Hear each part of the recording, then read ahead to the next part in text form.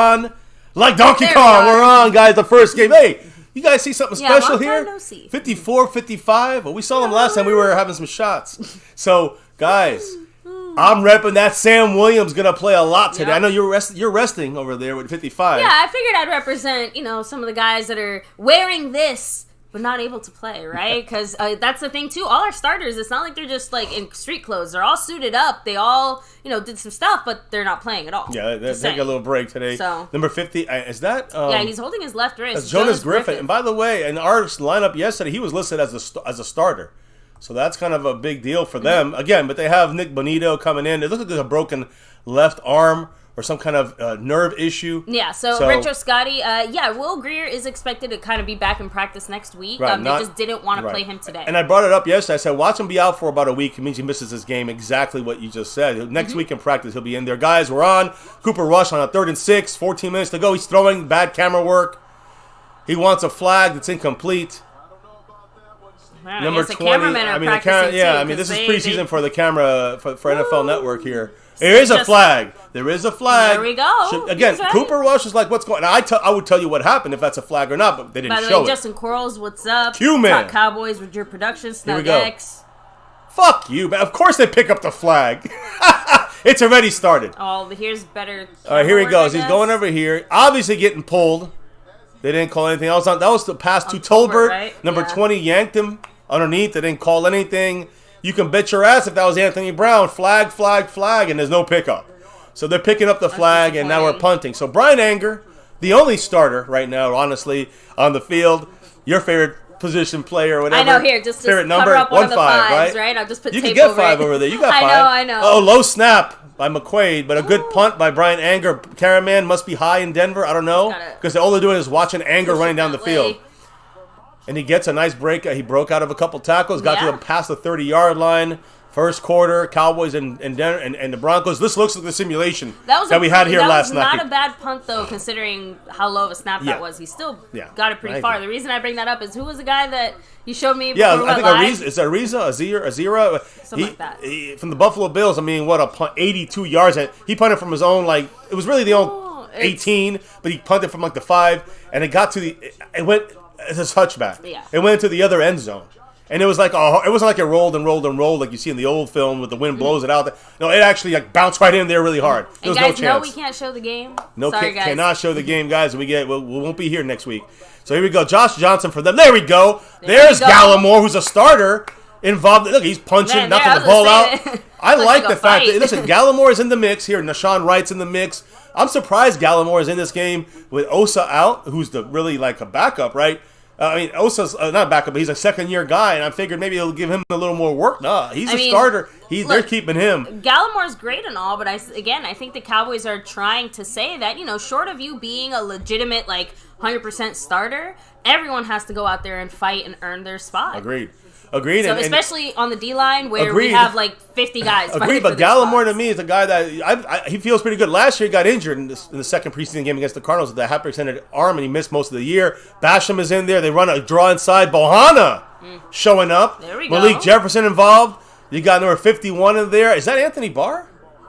I don't think Anthony Barr is in this, is he? I thought it was 51. Know, again, the same. Here it is. Dante Fowler was in on. I think he was on that play number 56. Carlos Watkins is also number 91. Quentin Bohanna in the mix.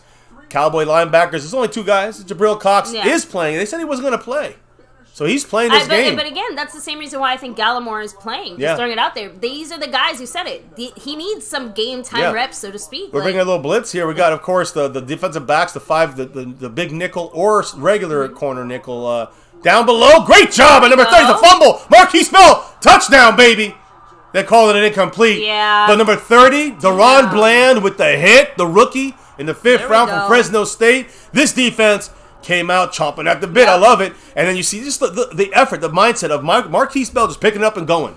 Dante Fowler involved in the mix, getting some pressure on Josh Johnson, the quarterback. Exactly. Cowboys starting off on defense. I'd rather than run back on a useless play every time than sit there and just stare and see what. Even if he had caught it, Deron Bland was right there. I give it props to that rookie. He had to come up. He had a great start to camp. Here we go, guys. He had to come up with a good start in the camp. He had a good start in the camp. It kind of died off a little bit the last couple of days.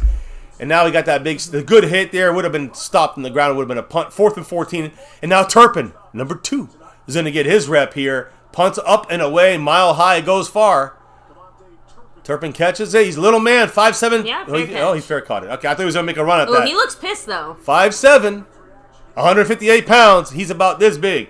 But you're hard to catch when you're that small. He keeps smacking his helmet like he's pissed at himself. Yeah, maybe he should have taken that chance because he wants to come. I don't want him to push himself, and then maybe he'll make a stupid mistake. I think maybe he, again, hesitated for a second, but afterwards he kind of saw the lane and was kind of pissed he didn't take it. You know what I mean? No, I'll give you the blow-by-blow, the play-by-play at this watch party. We do this every single game. We've done it for the last 5 years. This is our 6th year doing these play-by-plays. So.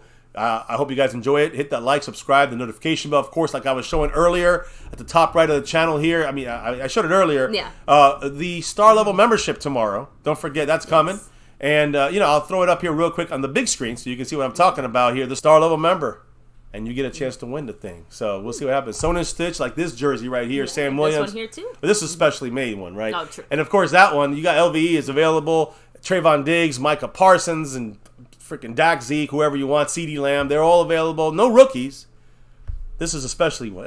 I bought this one special because I believe number 54, Sam Williams, is going to have a very good year. I'm not going to say he's a fucking superstar, rookie of the year. A lot of people want to say stop. He's going to play third down, is going to be effective in Dan Quinn's defense. I was going to say, but even Dan Quinn is I'm real happy with Sam Williams. I'm happy with what he's done in camp so far. And again, expect Tyler Smith and Sam Williams both, even though they're obviously starters, so to speak, or going to be part of that starting rotation in Sam Williams' case, right? They still have to go out here and play and take on a lot of the snaps in this game. So and again, you're going to see a lot.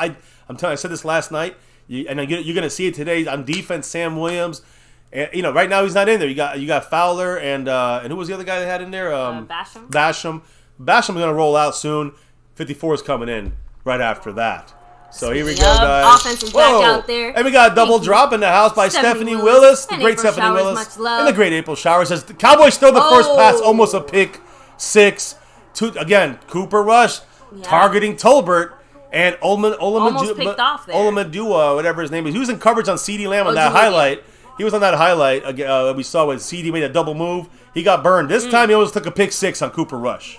So, real quick, thank you, Stephanie Willis, with the $2 holler saying, Stephanie, sprinkling that good luck, I'm here. And April Showers with the $5 holler, much love, saying thank you for the play-by-play. Thank you guys again for hanging with us. We're doing our best here because we know what it's like. And also, I don't know, I feel like, again, no one's, you see, they're talking some bullshit on the sideline. I don't see the play. Yeah, I don't give a fuck what they're saying. This is a Denver feed. What do you expect? They're mile high. By the way, much love, Stephanie Willis, with that $2 J-Lou holler. Right now it's a $2 Turpin time holler. And April Showers with that 5 on it. That's Brian Anger. Mm-hmm. Well, much love for your $5 holler. Appreciate everybody in the house who's dropped it already, who's representing the boards, who's representing that star over everything. That's the real deal here. Yes, we like to break things down and look at things and analyze things, but you know what? We're Cowboy fans. Somehow, I guess, second down, we missed second down. 3rd and 7 here. Cooper Rush going to pass, has time. Throws it down the field, missing wide there, too. I couldn't tell. It looked like Turpin for a second. It looked like Turpin. It was a single digit, but we have so many single digit numbers. I know. The thing is, this dumb Denver fucking feed shows the new owners in the box over there. They're showing it in the huge box. In the little tiny corner, we got to squint to see, where the football is right now. So Brian Anger's out there back out to punt again. And again, it's not about who wins or loses this game. To me, guys, it is about individual matchups. Right now, I see Deron Bland doing good stuff. Gallimore, of course, looked good. We got what's his name? Marquise Bell he's going to be very involved. Very bad punt by our Pro Bowl punter Brian Anger. It rolls about 20 yards to the Denver Bronco 37. But come on, in Mile High Stadium, Brian Anger, get your shit together. All right, get your shit together. You're a Pro Bowler. You don't have Shanks in Mile High. Yeah, Dwayne Broussard is saying, the offense looks terrible so far. Everyone's saying, Cooper Rush looks not great. All backups. We're gonna have a little all 22 party here on MCF. Probably. Look, here's the punt. We can see if is it blocked or is it. Oh, it looks like it was maybe. It looks like it looks like it got tipped a little bit. Brian Anger looks kind of pissed. Not a good punt. Now the defense back. against backs against the wall. A bad start here. High snap. Cowboys getting that pressure. Good defense by Nashawn Wright. It's an interception, but they're calling a flag. Nashawn Wright got a pick.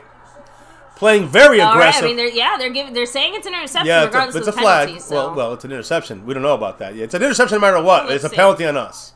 It's on Nashawn Wright. Of course, they're not going to pick this up.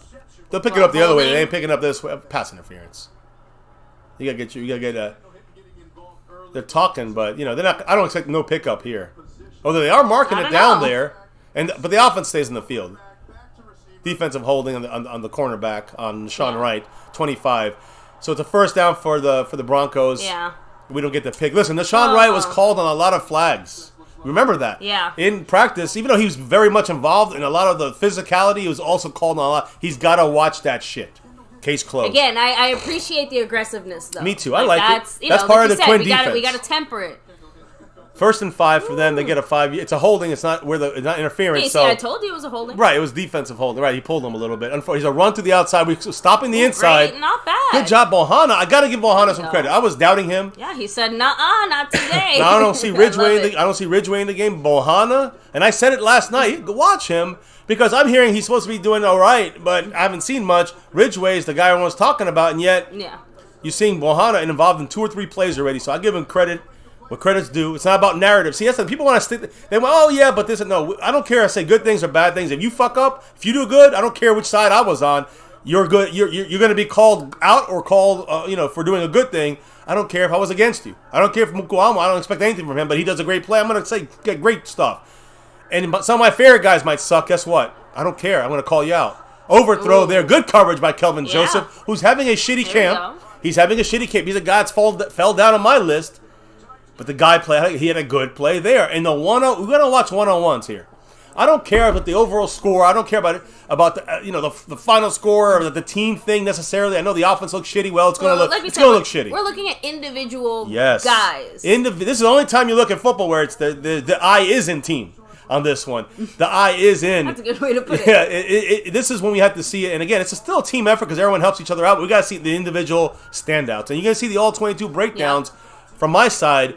Over the next week, until the next game, you're going to see little clips coming out. Brown, again, same to you, first and foremost. Oh, good job. Okay, it was a drop, but Kelvin Joseph was there. He would have made the tackle. It would have been short. It was about a 6-yard pass on a 4th and 8, and Kelvin Joseph was there. The ball dropped out of the receiver's hand, so it was more on the receiver drop. But Kelvin Joseph has been involved sticky 2 times. Not Sean Wright. Sticky got called for a penalty with the pick there, so that makes a difference. What's up? So seriously, guys, huge shout out to everybody here Much in the love, chat. Cassie. Big Boss Man.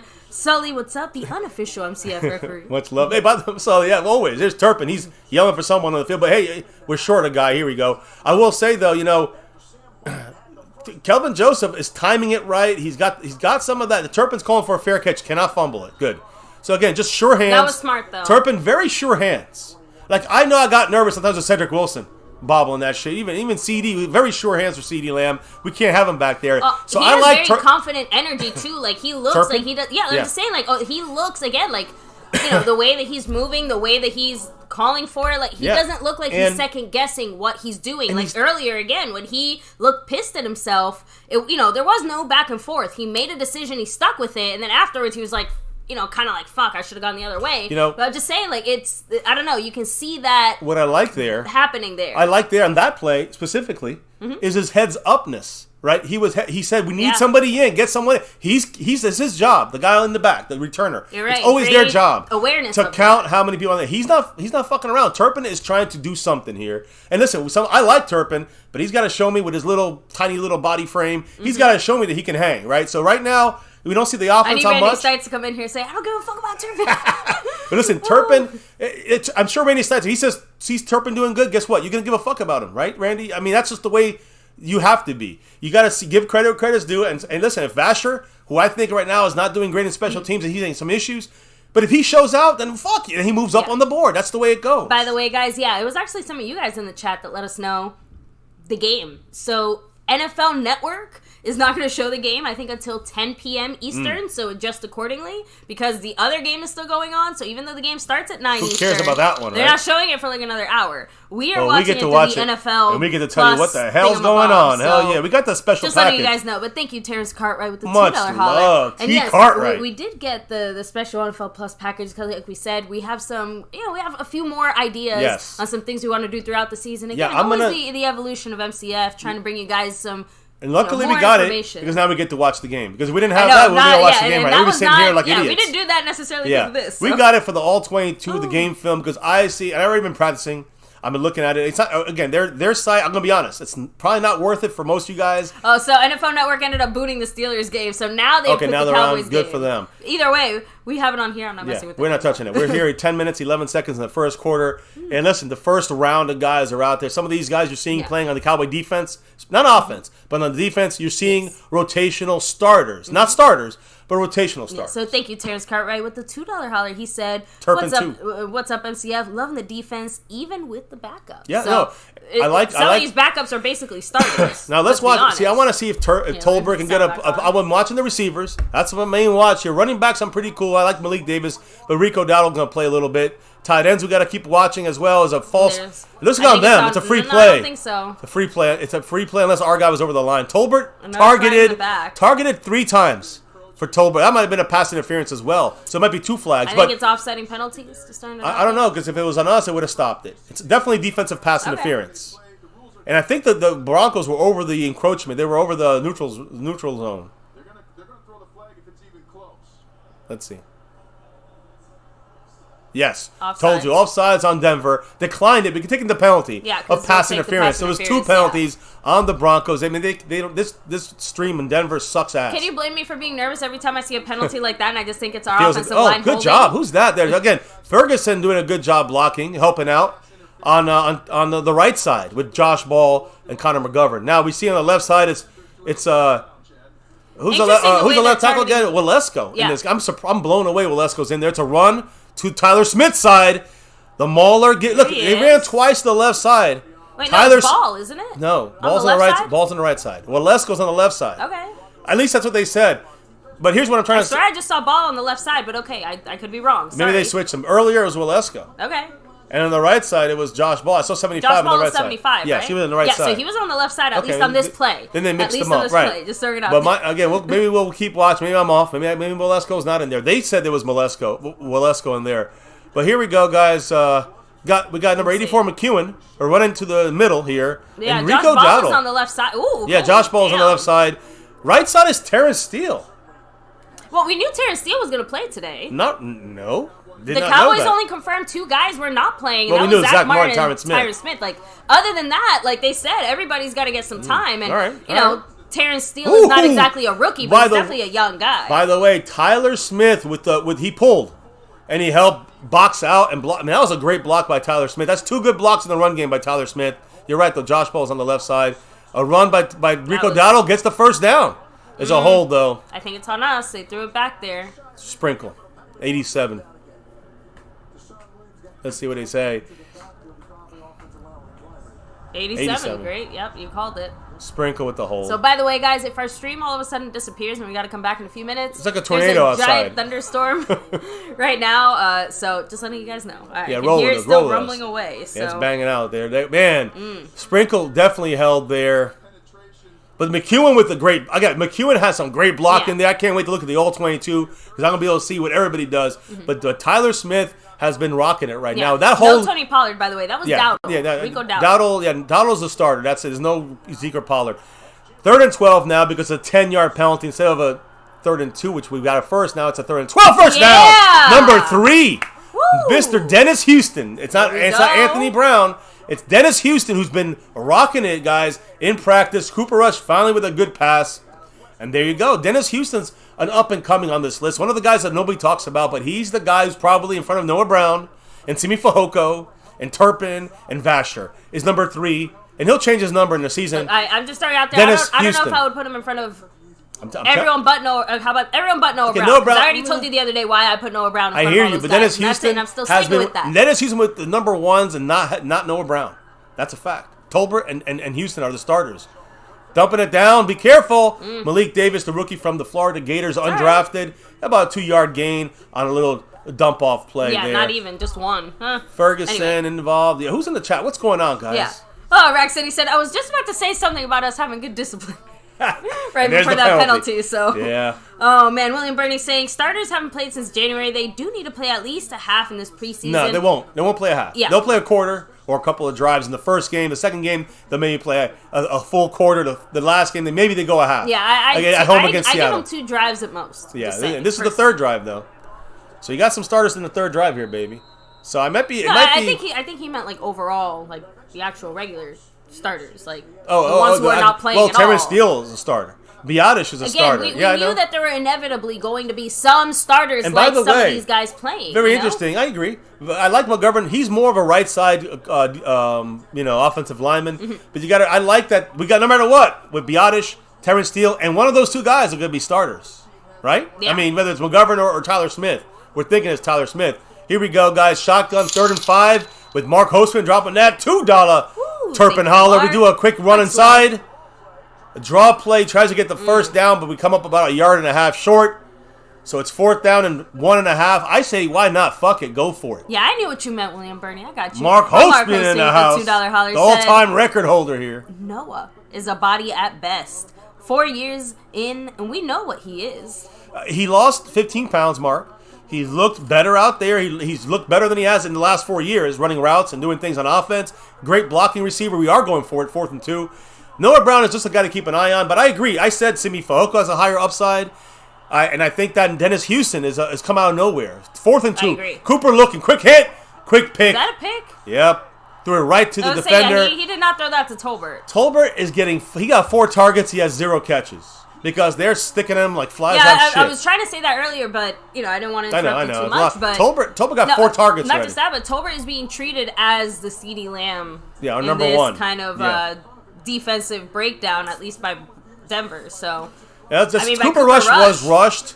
No joke there. Again, Tolbert. They're really trying to work Tolbert because he needs those reps to be a starter. He's a starter for us. Yeah. You know that, guys, right? For the first 4-6 weeks, he's a starter. Tolbert.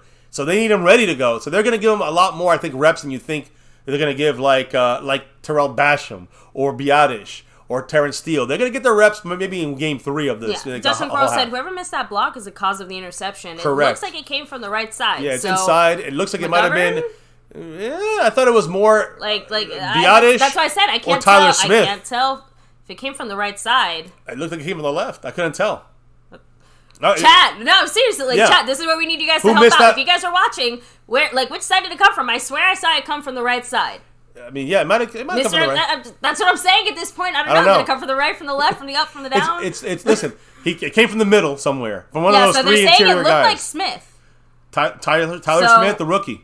Left guard or center, Tyler Smith. So yeah, so you're right. It did come from the left side. So Biotish or Tyler Smith, that cannot happen. You got to hold that down so you can throw a better pass. But you know what? It was covered anyways. Yeah. And he might have, maybe had another second. He could have thrown it down the field because that was not going to work. Yeah. Even if he wasn't getting hit. And thank you, James Richard. Even if you are a Broncos fan, unfortunate for you, but he did say, "Let's go." Appreciate Broncos you. Listen, we got a person here. David West, Captain DCW. Much love them. Big time fan here at My Cowboys Family, but he's a hardcore Bronco fan, and he's been with us for like 5 years. The whole time we've been here, so we got fans from all over. We talk football. We don't like to talk bullshit on here when it's football, right? When we're talking football games, we don't mind the back and forth. We just don't want personal attacks. That's not no racism or sexism, that kind of stuff. Outside of that, man, it's a fun time here. It's an experience here at My Cowboys Family. D-Link with the experience. Thank you, D-Link. Dropping that $2 holla for our kickoff inaugural 2022 preseason game week 1 against the fucking Broncos. I feel for What did D-Link say? He said, I'm at the game and Rush looks like hot garbage. I know. We got to see him for about a half because they got 2 quarterbacks in this game. Will Greer not playing. Of course, Dak's not playing. So that means Danucci's coming in second half. Yeah. Cooper Rush might not make it. I don't know. He just got his fucking ear hole blown in. So we'll see what happens. So Richard Scotty said that it was actually Biotish. I missed it? Okay. All right. So, look, the point is... We'll check the All-22. That's one of the plays I'm checking on the All-22. Yeah, there you go. By the way, defense coming hard. Come on. Man, hit him. There you go. I mean, the Cowboy defense is... Even with our backups, that's Devin Harper. very aggressive. Oh, we got a little dollar sneak-in holler right there. There we It go. doesn't show when you give the ones. Stephanie Willis with the dollar drop. Appreciate you.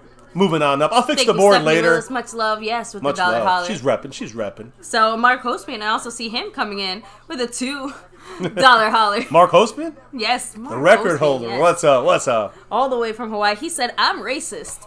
Racist to everyone." Yeah. LOL. Dallas Cowboys He's an for equal life. opportunity offender, right? Yes. Yeah, here we go. That looks some movement there in Denver. It should be a flag, but no call. Yeah, there's a flag. There it is. And the Cowboys with a big... I mean, this defensive front is just tearing the shit out of this Bronco offensive line. I know it's all backup, so keep that in mind. I do think there's a couple starters there on the Broncos side and a couple starters on our side. You know how that goes. There it is. Kind of has to go that way, right? a couple But thank starters you again, here and Mark. there. Much love. Much love to Mark, and yes, I got you. How about this? We're equal opportunity haters to everybody, especially. Oh, it's on the Cowboys, of course. it? Lack of discipline. Stupid. Can't do that stuff. Yeah. Again, no wonder we got in there so fast. Much love, Mark. Appreciate you. And Dwayne Broussard hanging on with 51 points on that stream boss above my head. Yeah, skeptical fan again. There. You're lucky all the way out there. Said in New Mexico we get 90% of the Cowboy games. Again, here in Florida we gotta struggle. We got 3 dumb teams Keep fighting us boxed for out. our The BS. Jaguars, the So the good Bucks, thing and is and that the our Buck- Cowboys and are the Cowboys, Dolphins. so there's always Play a action. nationally televised Yeah, game. a little bit of pressure on the play action. Low throw, but it's a Yeah. catch.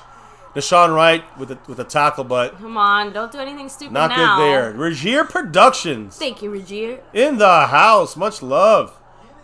Been a while, but it's football season again. What's up? What did Mr. Regier Productions say, baby? He said, "Who's the backup if both quarterbacks get hurt tonight?" No, we don't have Cedric Wilson anymore, so it ain't him. I'm not sure. There's no one. Yeah, There's no one. There's no other quarterback. I guess Dak suits up. I don't know. I guess he could suit up, but I doubt you see him out there with the backup No, offensive and I lineman. think at that point the Cowboys would literally throw anybody in. So they want to review it for a second. It Okay. counts as a catch.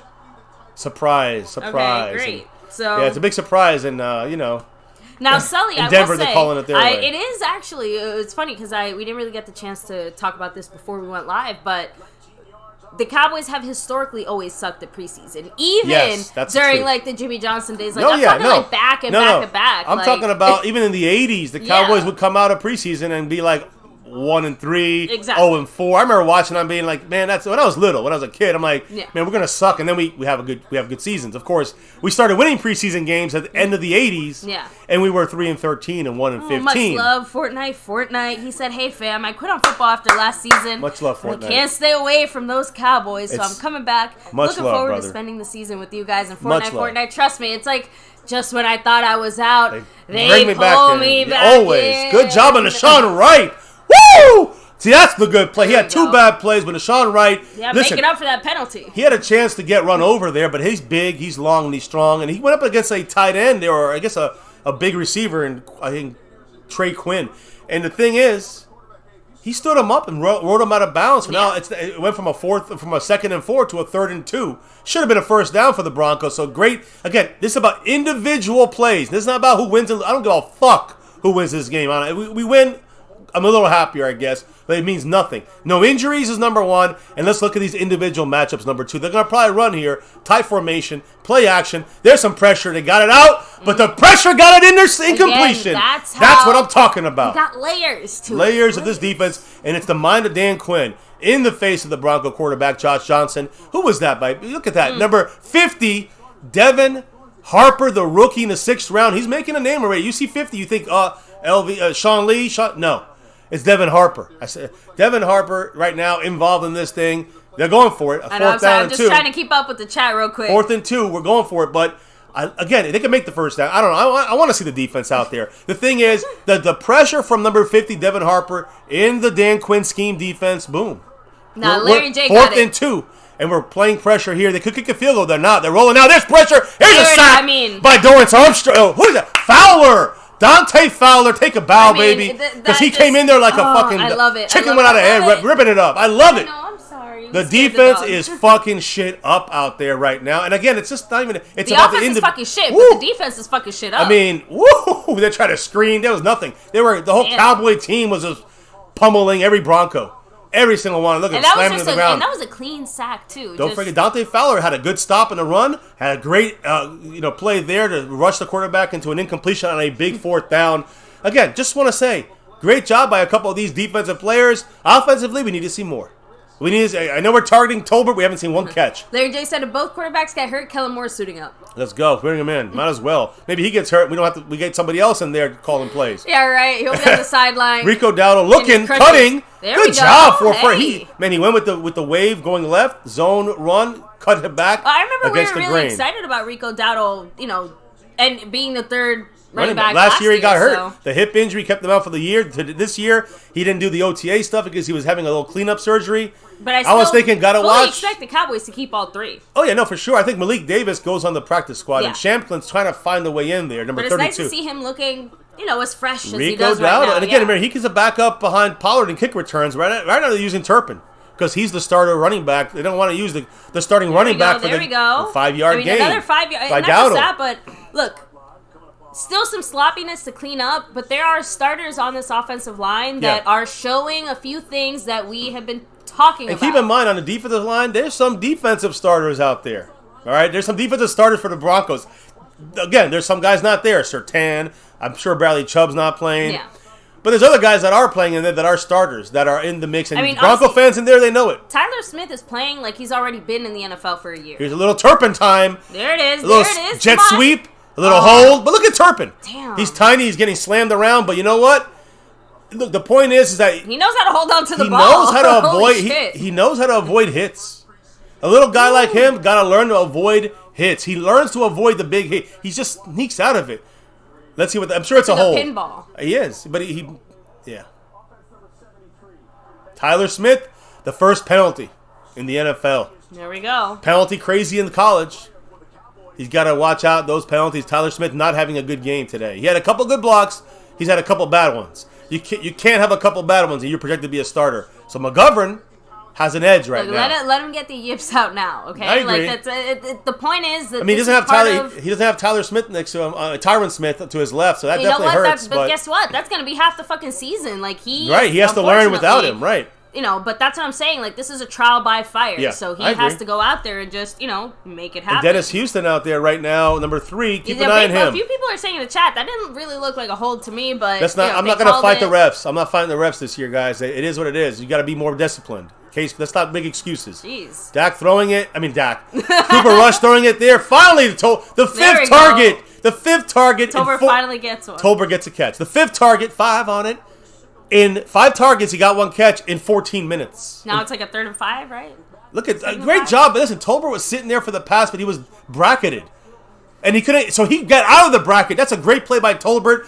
I don't care about the touchdowns or the score or the fucking down. It's a great play by Tolbert, a brain play. Look at the way the defense is playing him as well. Yeah, they're treating him as CeeDee Lamb right now. We got McEwen in motion, left to right, back to left. Malik Davis in the backfield helping block. He's going out for a pass. Cooper Rush rolls out to the right, looking. Is he going to run? No. He's going to try to run. Running. He's getting some blocking. Hold on to the ball, Cooper. You're going to get hurt, and we don't have any quarterbacks. It's okay. So it's a 4th and 2.5. 4th and 3. I think so. Go for it. Fuck it. Why not? Let's go for it. Let's have some fun. I would like to, but knowing the Cowboys are probably just going to bring out the special last time teams. they went for it. Look, the Broncos went for it last So time. did we. Okay. Cooper Rush got picked. You don't remember? Oh, that was a fourth down. You're right. So I forgot it was a 4th. We're going to the second quarter, though, here. It looks like it in the second after this play. Hey, Cooper Rush, he's not very nimble. But, he looked for his blocks. He got I'm going to get a McGovern, quick water refill ball. if we're changing over. So, Yeah. by the way, Second quarter. We have the Cash App drop, by the way. Do we? Oh, yes. Let me go check that. So gotta keep it up here, guys. Whew. Go ahead, baby. Actually, you know what? Yeah, so they are switching over here. Let me mute it. Go ahead and check the Cash App real quick. I'll hit up the chat while you do that real quick. And I'm gonna do this. Yeah. So by the way, here. triple. By the way, there's people double, triple, quadruple agreeing with your statement that they'd rather have Dan Quinn as the guy. So as the guy, as in I don't know, head Larry coach? J. I think again, it's second quarter is starting. So I think they're just switching sides, but I'm not sure if they're going to kick the field goal, if they're going to try to go for it. I don't think we're in field goal range. We're still too far for a field goal, but I think we go for it. What the hell? Yeah, Let the Wise defense play 27 hard. said, is this a Kellen Moore cute play incoming? In a way, I kind of hope so. So, Jason Renfro, not sure what's going on there, so hopefully I'm glad you're back. And I said YouTube kicked them off for a second. What? Sully said Dallas is in the Jason Garrett zone. Jared Bogarty said Cooper Rush is making chicken salad tonight. Well, I gotta say, even though we got the man Jason Renfro just gave $1 holla in the Cash App side of things, and Jason. Much love to Jason Renfro because he is the Cash App king. As you see him, not there again. I see you, baby, but that's Jason Renfro representing that stuff there. But I got a secret, baby. We have a new leader. Ooh. And I think you know this man very, very well. I know he knows you very well. A $20 holler from SnugX. SnugX dropping a 2-0 on it. And guess who's in the lead now? Yeah, Tony Pollard holler. You know what that means, though? SnugX is in the lead. He said, quote, "We all know why I sent this." I wanted your reaction. You all know why I'm here. Oh, thank you, Snug. Much love to you. Thank you, guys. And by the way, that puts Jason Renfro in second place right now. I'm just double checking here. Yeah, I mean, not far away from first, but in second place right now. There you go. On the Cash App. So, real quick, Cassie Stewart, again, all good. You stay busy, with your school stuff, the life stuff, and we're here keeping busy with the Cowboy stuff, keeping you guys updated. So kind of a quick recap in case, if some of you guys are kind of a little bit out of the Cowboys loop. Again, so far, the defense looking great. So far, the offense looking not so great. Not great at all. Not good. The Cowboys have managed to avoid any major serious preseason injuries so far. We do have a few guys a little banged up, but thankfully everyone is expected to kind of be back. And we even have guys that, we thought were going to be injured longer into the season, supposedly back sooner rather than later, right, Michael Gallup? So, just saying, that's still the word on the street. And Michael Gallup was doing some stuff in practice the other day. So, we're going for it. 4th and 3. Cooper Rush throwing a hard one, and it's dropped by Tolbert. No, 6 attempts to Tolbert. 6 targets. 1 catch for Tolbert. Got to get better there, and definitely that did not look very good. Although I think it looked like that. Is that Bronco player hurt? Is he? Huh? Okay, no, I think he's fine. No, for a second I thought I saw him grabbing his hip or something. I'm like, damn, he hurt. There we go. No, we're good. Yeah, Dowdle just picked up the block there against him. Yeah. All right, I got the board set. I mean, again, a big jump like that, I'm going to put you up there. So SnugX, he's up in that mix there in 8th place with Asmodeus. Nah, I hate to do it, but since they are about to do that, I'm going to go ahead and refill my water real quick for 2 seconds. I'll hold it down. I'll hold it down. Cowboy style. Let's go. Guys, here we go. 48 points with Dwayne Broussard. 0-0 is the game, and it's just practice. Practice? It's a glorified practice. Great job by number 30, Deron Bland. 3-yard gain. But I'm going to say that the defensive line kind of got stymied. But Deron Bland, he's having a good game. Mark him down. Check mark. He's having a good game. Deshaun Wright could be better. Kevin Joseph's having a good game. Gallimore probably won't see much of him anymore. Had a good couple of plays.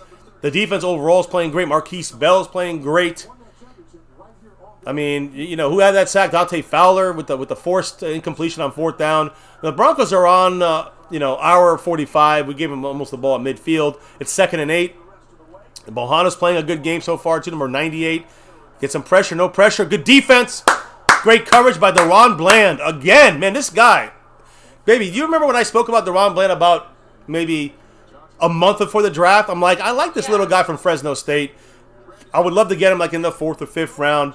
We got him in the 5th round. I thought it was going to be more of a 5th or 6th round guy. The Cowboys went and got him in the 5th. And we had the 4 picks. He was the first pick, I think, in the 4th. Oh, right through his hands a little high. But I'm going to say this, number 30 was right there on him, Deron Bland. So I love what Deron Bland's doing so far. He's been involved in a lot of plays. He's been aware. He's been reactionary in a good way. Fantastic job from him, Deron Bland. As it's a 3rd and 8. Tight coverage here.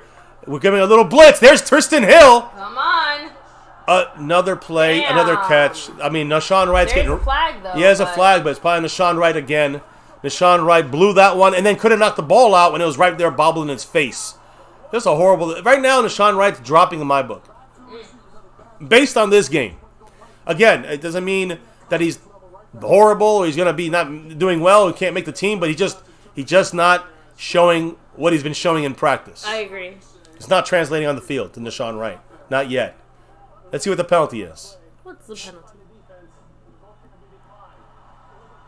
It's both illegal contact on us and just interference and contact against us. Guess what? They declined both penalties because it was a catch. Yeah. Nashawn Wright. Look at the great job by Tristan Hill, though. Yeah, it wasn't. Nashawn Wright was there, but he just couldn't make the play. I just don't. He's had 3 bad plays, Nashawn Wright, in a quarter, basically. I mean, I'm very disappointed in Nashawn Wright right now. That's rough to get past. I'm very disappointed in number 25. Here they go. This is going to run left. They do. And there he's met. There we go. Who is that? Tristan Hill? Who is that? Malik Jefferson. There we go. A guy who's definitely on the bubble of this team. But I said, him and Devin Harper are going to be fighting it out for that 6th spot. Yeah, sorry about that, Stubby, because just before that he said, it looks like it might be 0-0 at halftime at this rate. And then he's like, yeah, so much for that. Every time we say something like that, like the opposite happens. How about we're going to be down 20-0 at halftime? So, by the way, it was we'll Fowler. Be up 20-0. Fowler was the one who, I think, had... Yeah, I know, the pressure. The penalty earlier. Oh, was it? I think so. Okay, because he had the flag was by Fowler. Okay, but he had the pressure, play earlier. Now let's see here. Another run up the gut. I saw Watkins walk right by him there. Not good there. Inside, he almost got to. Oh! Ooh, come on. Oh. There's Fowler with a fucking penalty. Fowler with the late hit. I mean, this comes from the scrimmage. Yeah. And now you see, this is why you can do that at the scrimmage. They should have done it at the scrimmage. You can't. You got to show discipline now. So now we're the ones playing like a bunch of punk asses. We kind of started going downhill here with personal foul, first down for them. You just can't go and just shove a guy blatantly right in front of the ref. Fowler, you're a veteran. Grow the fuck up. And again, you guys should have put your balls on the table in that scrimmage. William Burney just said, "I'm just glad we don't play in Denver in the regular season." I know. Every 8 years we got to go there. That was about 4 years ago, so we got another 4 years or 3 years. Yeah, another few more years to go. 3 more years, I think. Here we go, because we played them last year, so we got 3 more years. This is a touchdown, basically. Here, Josh Johnson, a fade route. Good defense, but he still makes the play. And there's Kelvin Joseph getting beat by Seth Williams, who's, a receiver, but he's a converted tight end receiver. So, either way, they score 6-0. There's the first score of the game. Scorpio said Joseph wasn't turning his head there. Agreed. It was not a good play by Kelvin Joseph. And yeah, again, we're definitely still an undisciplined team, and young and undisciplined. That again, our age definitely plays against us. But you can't really say that either, just because, a lot of these guys are young, but a lot of these guys were also still here last year. But look where he put the ball, though. I mean, it's a very hard play from Kelvin Joseph. I mean, I'm going to just be honest. It's a tough play by him, turning his head or not. I know. It was too high up in the air. He didn't high point. He didn't have a chance to really react to it. So There's the head. A bit of a mismatch there. It's the head turn and the fact that it was just a good play call, and we went hard for the blitz. We didn't have anybody in a zone or anything like that. So that's what happens when you know. So, and hey, Cleveland Brown, again, we know it's only preseason. We get excited. This is Cowboy football, brother. Players. This is one of the few times where, you can't. That's one of the only things about preseason that really matters outside of health, right? You get to look at some of these individual players. Everyone in the chat is super hyped about Bell, by the way. They're Marquise Bell, 41. Bell's making this team. But, Bell's looking great. Cleveland Brown, you're supposed to be hyped. Again, I'm not saying we're sitting here celebrating. I don't care if we don't lose. I'm just saying, you got to get hyped for the good plays that our team shows. That Deron Bland, he's doing well. So guess what I'm going to say? I'm going to be hyped about him when he does something well. Tristan Hill goes in there and knocks the living shit out the quarterback. Even though it was a good play down the field, he's getting in there, Tristan Hill. Just trying to say, guys, you got to, we're fans. Now, I will say we're fans. Are you a fan? Are you a fan, Cleveland? I don't care if it's preseason, postseason, mid-season, around the season.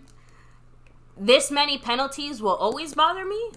Regardless of the level of depth, I agree. Just because, again... We've seen it for like a bunch of years already. And it's not not going just that, away. but it's about the specific players who are committing them. Again, that the defense had a few penalties, okay. The fact that Nashawn Wright basically had like 3, that speaks to what was happening last year with Nashawn Wright specifically. So I'm just trying to say, like, he had a few penalties last year. Yeah, he didn't play that much, though. That's the thing. This year, that's kind of the point. Well, it has nothing to do with penalties, though. So, Jeremy Bramlett in the house. The Bram man. The Bram man, part of the fam here. He's saying it. Typical Dallas Cowboys stuff with the $2 holler sign. The refs are already messing with us. The refs are practicing their flag throwing against us. They threw the flags on us. We had 2-3 flags to play.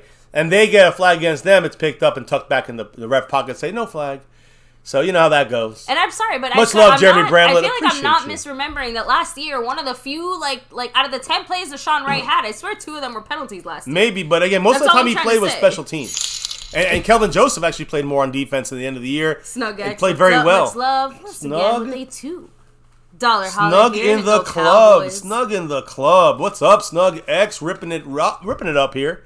My Cowboys family. And breaking that tie. Appreciate you. I'll update that because it is on the top higher part of the leaderboard here. Much love to Snuggies. Ready Red, much love. He's in the house as well. Big Ready Bruiser said Red. it. I'm a fan. Exactly. Like, even when our Cowboys are doing... Oh, did it freeze? I don't know. They might be talking here. No, I don't know. I think it froze. I don't think it's supposed to be like that. Not good. So, it's all right. 2 seconds. But thank you guys. There it is, baby. Okay. Told you. Whew. Again, are we muted it? I think that's why. I did because it was on commercial. No, that's why, because they were probably talking about the play while they were... Okay. Are you sure? Yeah, that's what it was. We got you. Okay. We got you. Got moved up Snug It X. freaked me out for a second there. I don't know if I can get everybody on here, but that's Sam dropped. Williams. I haven't seen Sam Williams Not yet. He has not played, as you can see. I did see Larry asking repping the about 5-4 right now. I'm hoping to see what he can do today, just to get a glimpse of his first game. And here's Turpin, who's taken it out of the end, back in the end zone. Can he make a play here? Actually, is that Turpin? Oh. Can't tell. yeah, it is. It is Turpin. It looked like number 8, like last night's stream. I know. Anyways, Turpin there trying to do something. Cooper Rush coming back out. He'll play the whole half. Pretty sure Danucci gets the second half. So, and yeah, I'm also kind of hoping that Will Grier shows a little bit more than Cooper Rush. Actually, until I saw this, I had a little more faith in Cooper Rush, but I actually think the way Grier's been playing, he does have a solid shot. He has a chance to make a move here. Now, Tolbert's still in, but we got Fajoko now. You got the backup offensive lineman like Avante Collins. There's a play action by Cooper Rush. He's looking, dumps it down to the rookie Jake Ferguson. Here we go. 15 Ferguson. yards. Just go down. Just go down. Guys. That looked like a fucking horse collar, because that's when you snap that leg. And T.O. knows about that when we dragged him down by Roy Williams, but they didn't call that horse collar there. But it is the Cowboys. Yeah, no, Grier is not number 2. Grier is Will Grier's number. No, not like. Man, now you guys forgot. God, I don't remember, but he's 15? not playing. He does have that groin injury right now. I almost said 11 for a second, or 12 or something. He has like a receiver number, I swear. Well, I mean, quarterbacks. I know, but to receiver me, number. It's a nice 10-yard run. Although I think by Rico Dowdle, but there is a flag, and that's Malik Davis, by the way, looking good. Will Grier is 15, like I said. There you go, 15. Yep. You see, I'm sorry, like 15. Yeah. I know it can be a receivers quarterback number, but it's a holding. at Who least is here it? in Dallas. 73? Yeah. Is it 73 again? Yep. This is a disappointing day for Tyler Smith. It's number 1 pick. I think he's obviously maybe overcompensating for Tyron Smith not being there. I mean, that shit is the kind of shit that makes me think, we gotta take it slow with this guy. Look, the fact that he's playing at left guard is the more concerning part, that he's getting those types of penalties. They're blitzing right at his side again. Here, Malik Davis, nice catch. Malik Davis, I'm telling you, he had a 10, 12-yard run. He had a nice 6-yard catch here. In practice, he's been solid the whole way through. Everyone's sleeping on this guy. I keep mentioning his name. Malik Davis. He's not going to probably beat out Rico Dowdle, but he's going to make this practice squad, or someone's going to snatch him, because I think he's shown me he's got that Zeke Pollard mix going on.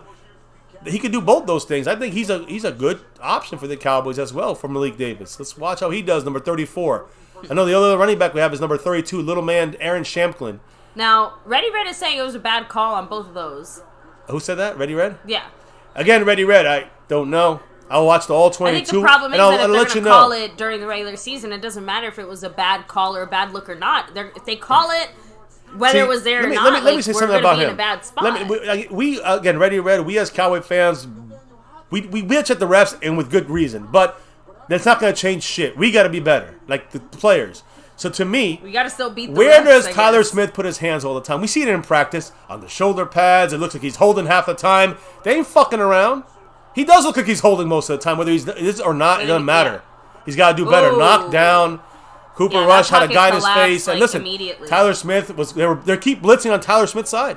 They keep putting in pressure on 73 and Josh Ball to his left. This is look at the play. Credit, he has more experience. Man, and that was all Josh Ball missing. That Josh Ball just fucking ball sacked there. Again, that's what I'm trying to say. Damn. I think that Tyler Smith is trying to compensate a little bit for what's going on over there on the left side, right? And Josh Ball's trash. Jeremy Bramlett, once again, much love. Jeremy Bramlett, the Bram man, he's always repping it. Much love to him. What did he say, baby? Yeah, he said that was a bullshit call, and I'm sorry. Which one? On I'm Tyler Smith? That, yeah.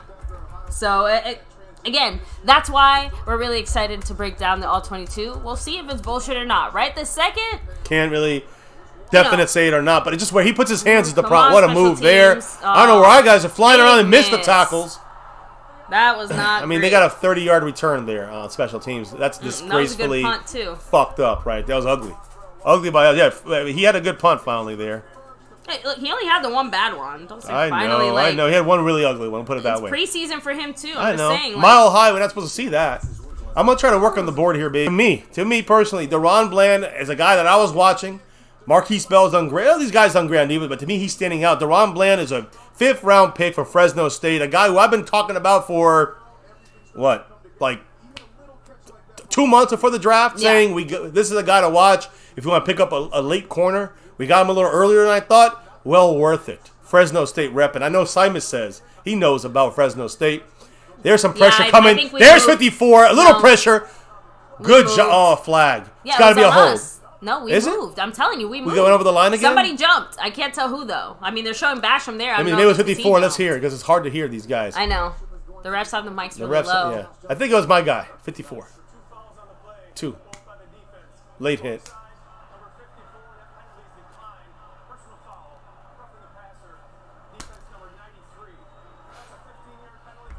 Just sloppy bullshit. So we went low. Basham went low. Damn. He went low on him, and then Williams was right in there right away. Come on!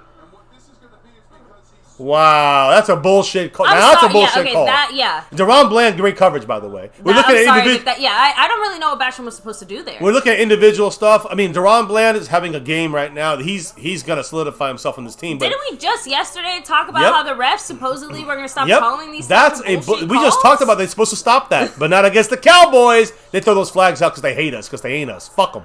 We gotta beat the refs, and that's just the way it's gotta be. Great job there, Story Jackson.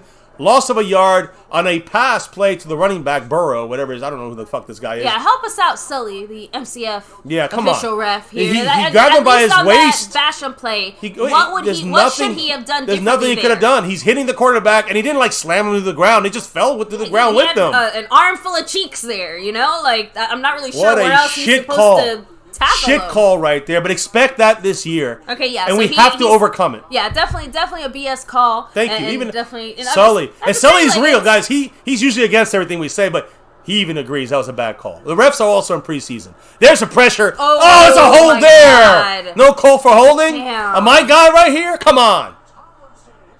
Oh, my God. Shit, man. Come on. 50. That was so close. Sam Williams got almost home, right? I think it was Sam Williams, 54. But, let me see. No, it was 52. I'm sorry. But that's Faulu, right? Who's 54? Taufa? I don't know. Tafua. That guy, I'm telling you, me 52. Every play, Tafua is in there. Undrafted guy. Yeah, make sure that little G is on top of that. But I'm telling you guys, Tafua, number 52, watch him. He's one of my definitely under the radar guys that I think is going to make this team somehow. He's our Kamura Azur Kamara from last year. A run, up the gut. About 3-yard gain. Whatever. Number 99, Chauncey Golston with the tackle. You know, it's too bad that we get some shafted on some of these calls, whether on the offensive side, if those holding plays were not real or, not accurate or not, or on defense, and that was a bullshit call on Basham. That would have been our ball right there, and we would have stopped them. It just, it's what they do to us. But we can't sit here like little bitches and cry about it. We just got to overcome it. So, 7 minutes to go in the second. Before halftime, 2nd and 6. Basham still in the game on the right side. Sam Williams on the left side on top. In coverage now, like you kind of said. A throw down. Get in there. There we go. About a 1-yard gain. I like that. Their defense is playing fantastic. Fantastic, the defense is playing. No, and again, that's what I'm trying to say. That, defensively on all the layers so far that we've seen, it seems like they're doing what they're supposed to do. But, again, they're also doing it against the backup offense. So, I'm just saying, you can make a lot of arguments one way. But our backup offense with a handful of starters has been not so great. And like I said, the specific starters are the ones that are also not looking so great. Can we get a stop here? 3rd and 5. Half the defense on the line standing up. And we're bringing guys from all over. Pocket collapsing. Good defense, but he still made incomplete. There's no way. He's making the call it a catch. Kelvin Joseph ripped it out. Replay that shit. Review that shit. Throw that flag because these refs are fucking retarded. I'm sorry. It's plain and simple. That's a straight up word. Let's see it. He dropped it. It ripped out. Oh, at the end. You fucking Kelvin Joseph pulling it out when he's down on the ground. Yeah, I'm sorry. That's a catch. No, it is a catch because Kelvin Joseph wants to be cool after the play. That's what got you in trouble in the first place, Kelvin Joseph. But I thought he knocked that ball out. I know. He was in good sticky coverage. That's why. Well, the ref had a clear view of it. No, Sam Williams got stuck there. This should be a good defense. No, it's a touchdown. Over Nashawn Wright. Nashawn Wright's gonna get cut tonight. This kind of play. I'm just saying, like, I'm joking, but he's having himself a fucked up day. Yep, they're saying it right again. I mean, Wright is wrong tonight. And this looks like our simulation yesterday, which is unfortunate. It's but unfortunate. You know, again, preseason. I mean, that's just a perfect play. And Nashawn Wright's he's been doing so good against our guys, Vasher, but he can't do shit about Hinton, who, by the way, is kind of the third or fourth guy. We saw him score a touchdown against us in our simulation. Literally last night we saw this. Yeah, but what a guy Chris is, he's the Bronco guy in here, and he's saying he's hyped. He's excited. I mean, this is like the Broncos Super Bowl. Let's be real about it. But it just, you guys have a good look to start it off. You're not. Oh, I'm sorry, I put the wrong. I have to admit, I'm kind of 14-0. frustrated that we haven't even gotten in field goal range just because we can't even see a field goal attempt. Yeah, can we see something? Listen, guys, remember we do this all the time. We lose all our preseason games. That's what the Cowboys do, and I don't really mind it. But I don't like to look with our depth looking this shitty right now. It just it's not anything to hang your hat on. I don't really care if we lose or not, but I'll be very upset if we don't see our kickers. At least each one of them once. I'm being honest. Like, how the fuck are we going to determine which one of these losers ends up winning the spot? That's the problem. They're both losers. Do it. They're both losers. That's the issue. They're both losers. Sorry, like I know, but I shouldn't. I shouldn't disparage them. It's not their fault. It's they all right. suck. They're fucking kickers that suck. You can say that about them. Brett Maher, we're gonna have to really talk about him. I try not to. I don't like putting negativity out into the world like that. It's not negativity. It's reality.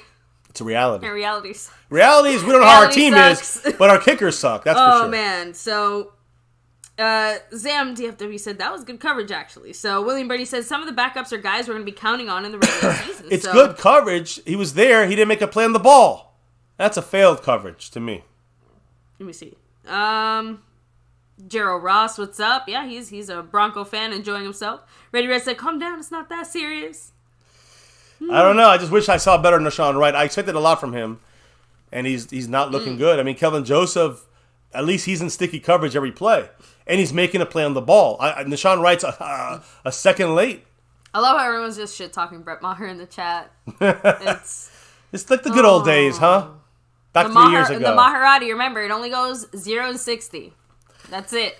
It goes 0 to 2, I think, sometimes. But he can make them 0 to 2 and then 60 plus. That's what he can do. That's what I said, 0 and 60, and that's it. That's all we got. So, but everything in between is a problem. By the way, say that. Let me give another shout out here to SnugX. Ooh, I didn't see it come up on my oh, there it is. $5 holler. There it is. And by the way, he jumps up over a bunch of people with that drop. There you go. He's not in 8th anymore. He's by himself in 4th place on the overall board. Thank you, SnugX. He said, Eggs. Go Cowboys. Go Cowboys. And we know why you're here. It's for that star over everything and the family here. Yes. On our side. So where's Vasher and Noah Brown again? I'm assuming they're going to be coming in with the Nucci, the Gooch, after halftime. Yeah, that's a little problem to me because again, then you get these guys are not going to get the supposedly the better quarterback, the better starters and stuff. But I haven't seen Noah Brown. You're right. No Vasher, which I expect. I expected to see Noah Brown earlier, like now, But we've seen Fajoko. I don't think we've seen too much Turpin on the receiver spot. I guess you're right as far as Houston, though. Houston is the number 4. Fajoko being over Noah Brown. Yes. At least in the Cowboys. Dennis Houston at number 3. He is still the guy behind Tolbert. I'm going to say it that way. Whoever you can put in between, we're running out. Turpin trying to do something. Use it, baby. Use it. Turpin. There we go. Little spin move. I mean, he knows how to not get hit hard. He's tiny, but he knows how to spin out. He's a pinball. Yeah. That's it. Turpin the pinball. He looks like a pinball. Just bounces. Seriously, he bounced off our teammate. He bounced off. Hopefully, he won't bounce like off the field one day because he is so tiny, 5'7" and 158 pounds. I mean, that's like my leg. But I'm just saying, like that literally is my leg. But my thing is that I mean, if someone really wants to get him, if someone gets him in the right way, the wrong way, he could be out for the year. I'm just saying. But right now, he's looking like so smooth. He knows how to avoid the major contact. That's a good thing. Look, that's a returner. Oh man, that looks like a broken play. Bad run. More on the Cooper Rush and Sean McEwen. Did he trip over himself for another guy? It wasn't even Malik Davis's fault. It was Sean McEwen looked like he went the wrong way. He's getting, McEwen got just called the fuck off the field, number 84. Yeah, I mean, I think that might have been McEwen's fault. Yeah, because he almost ran into Cooper Rush and then kind of went into a wall. Look, here it is. Oh my God, McEwen was in the wrong there, unless Cooper Rush went the wrong route. It was on McEwen. McEwen was on the wrong side, so he got pulled the fuck out quick. Jake Ferguson back in, number 34, Malik Davis. He's going down the field there to Ferguson, 48. I'm telling you, it's a 3rd and 2. So when you see Ferguson and McEwen, I know McEwen's a better overall blocker, although Ferguson's been blocking well in camp.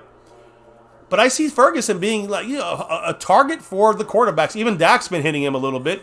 Even in a way, I know McEwen got a touchdown from Dak in camp and the goal line stuff. He's been showing up in a consistent, quiet way. McEwen, but I think Ferguson. No, Ferguson. Okay, McEwen's been showing up a little bit too, but Ferguson's showing up. It seems as a rookie, he's a little more able. I don't know what to say. He's more dynamic as a receiver. And there's Tolbert. Good job by Tolbert. That was nice.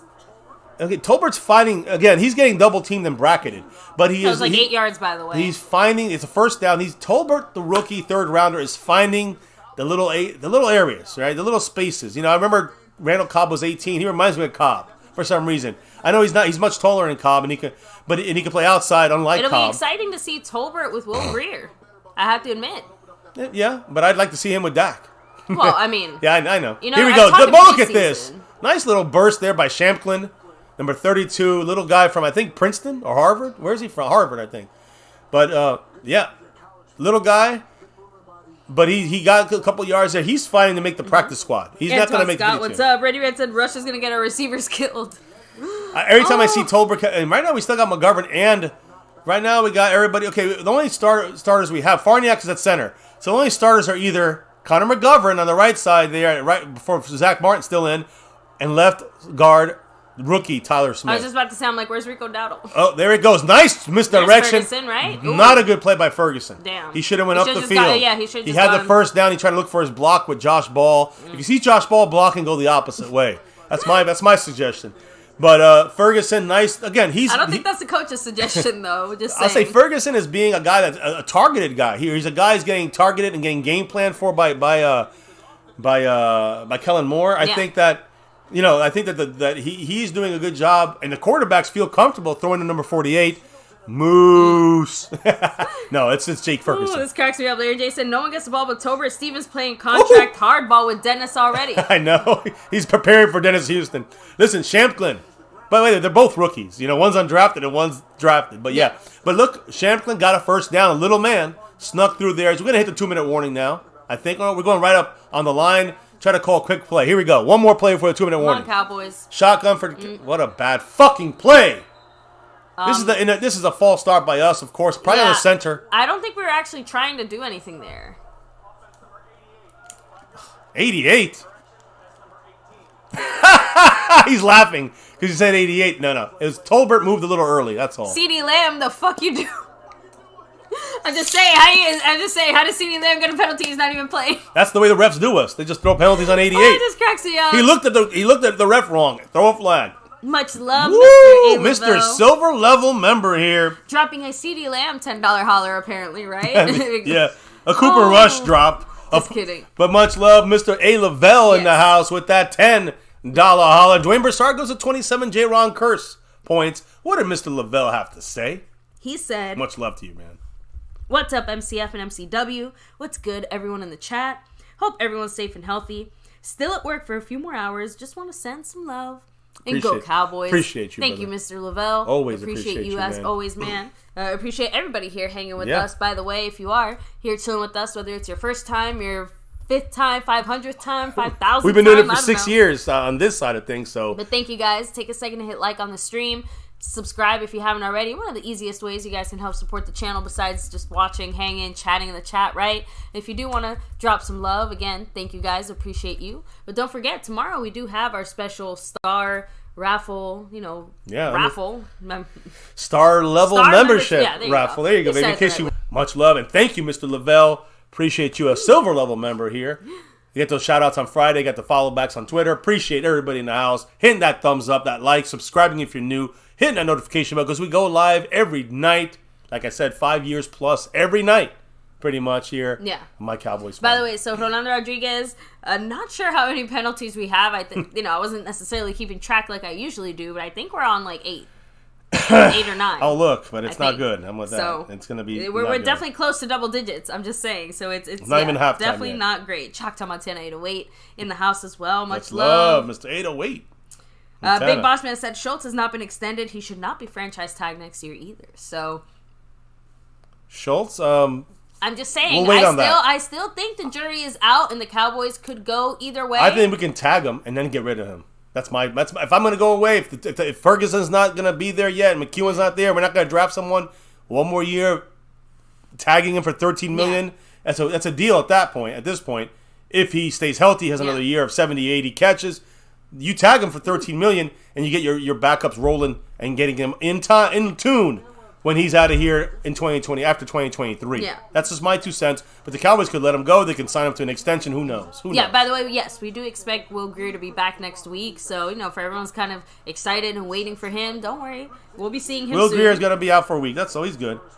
Sorry, if you're putting the popcorn on for this beating, then I don't know, are you bringing out the Super Bowl trophy too? I mean, listen, they're still 2 behind us, so I guess there we go. They want to count this as a Super Bowl trophy. I mean, go ahead, enjoy yourself, have at it. We got 5 on it. You guys have 1, 2, 3. That's it, 3. But trash. Is it Trash. Shamklin? I always mess that up. Shamklin. There we go. Yeah. I always kind of mess that up, but he had a great solid run there. Nice 8 catch yards, there. First Simi, down there. Fehoko, lights Finally on. some Fehoko Fehoko finally. He just came in this drive, basically. Yeah. So Fajoko's going to be in the rest of this game, probably getting a lot of opportunity with Danucci. Is this one of these mojo moments? Let's go. Come on. Let's go. Cooper Rush looking, jumps it down, and then almost gets picked because he literally just threw it into the fucking number. What is that? Number 51's face. Throwing that out there, but yeah, this is one of those mojo moments. This is, or I don't know if they quantify that. I hear over what you're there, saying, though. It but, is. it's basically a 2-minute drill. I'm just saying the way that they're moving and the fact that they changed their offensive lineup makes me think that they're treating this as a mojo moment, or they would have. I hear you. I agree. This would be this is a mojo moment. You got 2-minute drill. This is it's not mojo. Mojo moments are like just 10 seconds in the game. You got 2 plays, but this is like a 2-minute drill that they practice a lot. So the Cowboys got to get on this. And Josh Ball can't hold his block long enough. Cooper Rush is he's as fast as molasses. So down he goes. Browning gets him. Here we go, guys. Not even a field goal attempt for us. 3rd and 22. We're going backwards, by the way, in case you're wondering. The Broncos call it timeout? I don't know. I think they call timeout there. Cowboys Excuses said Josh Ball doing Josh Ball things. So the Broncos have 1 penalty for 17 yards against them. The Cowboys, 8 penalties. Like you said, 60 yards of costed penalty there. And no, I didn't look it up. I didn't whatever. I just kind of said in my head. I'm like, I think it's like 8 or 9. So you call that like you usually do with great accuracy and tenacity. Yeah, and unfortunately, when it comes to the Cowboys and penalties, acting. I feel like I do have a 5th sense, a 6th sense. And the penalties, unfortunately, you are on top of that to a point where I block it out. You absorb it. I can't help That's it. Teamwork. It's like a car crash. It's like rubbernecking. You can't help but slow down and look. It's like rubbernecking if your family member's in the car crash. That's the way I look at it. 3rd and 21. Cooper Rush having happy feet. Another ball knocked to the ground. Cocaine. By the way, in case anyone's wondering, that pressure once again coming from that left side. And middle and left, I would say. Let's see here. They're definitely bringing 3. And they're making Tyler Smith have to pick it up. Tyler Smith did a great job. And that's what I keep trying to say. That I feel like Josh Ball fucked up there. He let his block off. I promise you, when you look at the All-22 and you look at where he got those penalties, it's probably because he was trying to make up for some fuck up by Josh Ball. Like, I'm not saying that's necessarily the entire story. That was a great block by Tyler Smith. Yeah. He combo blocked and he picked up the right guy. And unfortunately, he almost got that block for Anger. Good punt. Great punt. Nice hit. Who is that with the hit number? Is that Donovan Wilson? Yep. No, he can't be playing out there. So then who's He's not. He's out today. I thought he was out. But I guess he's in. Do we have another number 6? We probably have another number 6 out there. I don't know. They don't say anything here. I guess to be determined, guys. We'll keep you updated. We'll double check that here for a second. But interesting. No, I'm just looking on here. I'll check the play-by-play and see what happened. So Robinson. Is it Robinson? Robinson. I'm looking here. Hold on. Did your production said Robinson? I don't know. Oh, it was Donovan Wilson. Shit. It is Donovan Wilson? So Donovan Wilson's playing a little special teams. That's it. There you go. Remember, Donovan Wilson's going to be playing like our third safety spot there. So, he's going to have some important, opportunities. There we go. They're right back on there. Playing special teams as well sometimes. So he is our third guy as a safety. Going right at a minute, 2 seconds. They're going to try the little 2-minute warning. Hey, not Cowboys bad coming. Pressure, but no defense there on the secondary. And there's a nice catch for them for about an 8-yard gain. It's 2nd and 3. There's Washington, by the way, for the Broncos. He was the returner, I think, on that last play. So I kind of forgot about James Washington. I'm not going to lie. Oh, that's on them. They moved back. That's going to be a flag on the Broncos. False start. Tristan Hill, calm your tits. Tristan Hill's over there pushing guys already, trying to fight. Like, come on, man. You're the last guy who can afford that shit. Skeptical fan said DiNucci isn't much better. No. So Chalk to my 10 anyway, saying Dallas never looks good in the preseason. Never. We look sloppy. But the important thing to me is we got to look, as a team, maybe better as every week goes on, just a little better. And, again, this is about individual performances. Yeah, so, by the way, Billy D, I hope you kick Cancer's ass. Oh, Billy D, yes. I hope the Cowboys win it for you and for all the other Cowboy fans who are out there. The big C ass. Hell yeah, man. So, Star Daddy, thanks we're here for you, man. Star Daddy in the house, part of the family here. Welcome in. And, again, yes. We're all thinking for you and pushing that. Madman is saying, the backups, are all playing bad. All seem to be on offense for some reason. Like, what's up with that? I'd say it's had Nashawn Wright, who's only the one who had a bad play. I'd say he's had a bunch of bad plays. Nashawn Wright. I think even McCarthy said it the other day. The defense is farther ahead than the offense. Yeah, and that's always the case in almost every. In almost every training camp, the defense is always in front of the offense because it's easier to kind of pick up the concepts on defense than it is on offense and get in tune on the same page. Oh, pressure. Little hold. No, Gallimore's still in the game. He gets a first down. How does 15-yard pass. Defense is getting raked against the coals here. And again, great pressure, Gallimore was involved. He's all up in the mix. Not enough. Josh Johnson's a pretty good, backup quarterback right now. He's mobile. There's a hold, no call there. The guy got through. Our guy got through. I think it was Sam Williams. No fucking call. Nothing. No, why make a call? Why bother, I guess? You look at it like that. Eric Thomas said, I'm done with late round picks. They serve very little. I don't want to hope for the unicorns every 6 to 8 years. I'm with you. Trade all of them, get better picks in the 2nd, 3rd, and 4th rounds. And that's we are in the same thought process, same boat. The problem is that football is still a game of bodies, and you still need some of those picks, whether we like it or not, so you have the depth. I know, but we physical bodies. But we go after only the depth. That's the problem with these front office idiots. That the Cowboys' philosophy has to change, I agree. Yeah, without question. Much love. Thank you for a double drop going down here. Regier Productions in the 17th place. We also have a high pass and a catch against Nashawn Wright. Nashawn Wright gets wrong again. He's getting raped out there. He needs to get out of here. But again, real quick, Regier Productions with the $2 holler and Snug X with the $5 holler. Much love. But Regier Productions said Ja'Kiri Robertson was the one on special teams at number 6 that got a tackle. So is it? Because I saw it was Donovan Wilson. Again, yeah.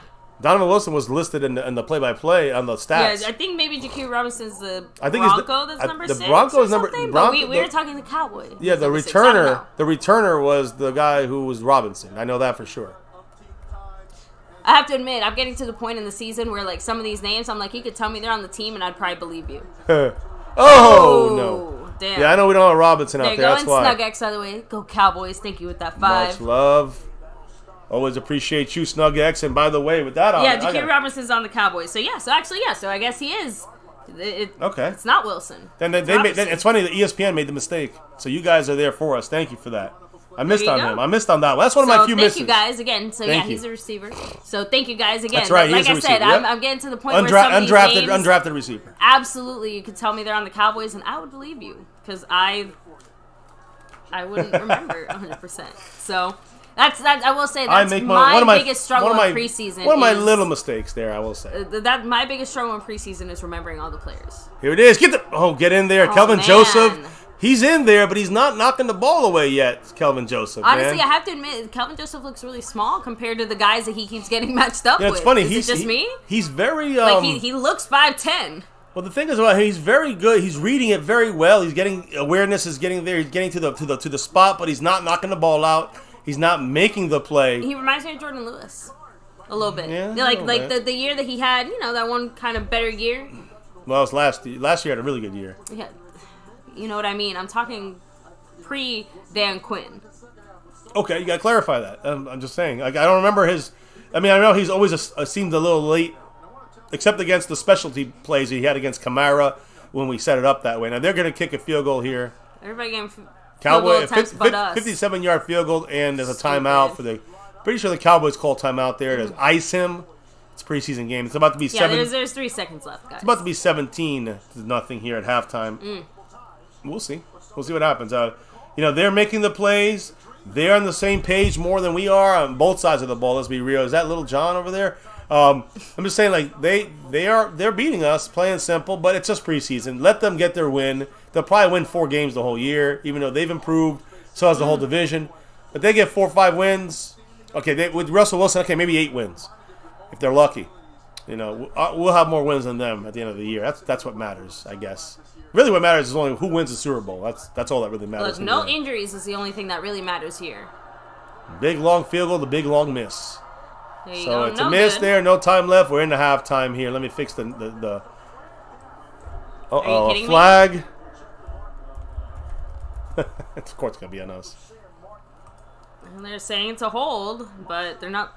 Offsides, Cowboys. It was a hold by Sam. It was a hold by Sam Martin, which is the holder. He's the kicker. He's the punter. I think. I mean, Cowboys have even 10 penalties. Even their comments saying what a sloppy first half. Like, is that 10 penalties for us already? I think that 9 or 10 for sure. Obviously 9 or 10. Man, I thought that was the end of the half. I put halftime because I don't. So now it's a 52-yard. Yeah, now he'll make it. Right? Now McManus is good. He ain't gonna miss. Yep, 52-yard attempt now. I'm putting the 17 up. He got it. Knocks it right there through. It is. And that's why the Cowboys continue to lose games. I mean, Sloppy play, we just missed field ourselves. goals, and they make field goals. And listen, this is a preseason. I get it. But this shows you the mentality. That's why Dan Quinn won't stand for this shit next year. It still feels very typical Dallas Cowboys. And that's why, again, we're not freaking out. We're not panicking. Just the same old shit. But it is disappointing to see the same old when it comes to the sloppy play of our Dallas Cowboys. We came from losing the Niner game in a very, unimpressive, non-physical way. We get our asses physically handed to us in scrimmage. All right, we should have that San Francisco game in our mind, but fuck that, right? Coming to this game, and then again, it's not a big deal. We lose. It's more about the fact that the Cowboys are either they're not physical as they were supposed to be in a scrimmage where they should be physical, and that's a team mindset. It's not that they suck. It's a team mindset. It's from the higher ups, Jerry Jones and Mike McCarthy. Yeah. And then you go to a game and you see the sloppy play, which is the first preseason game. Keep that in mind. So it's kind of expected. First preseason game, but they got 1 penalty. We got 9. Mm-hmm. That's not like close, or it's not like the refs are only picking on us because we're sloppy. This Cowboy team is a sloppy fucking team, and that goes to the coaching. I will say. I'm going to say it again. Not to make excuses, right? But just breaking down the reality, right? Nashawn Wright is not going to be a starter, right? He's not going to be out there all the time. He's not going to get 3-4 penalties in a game.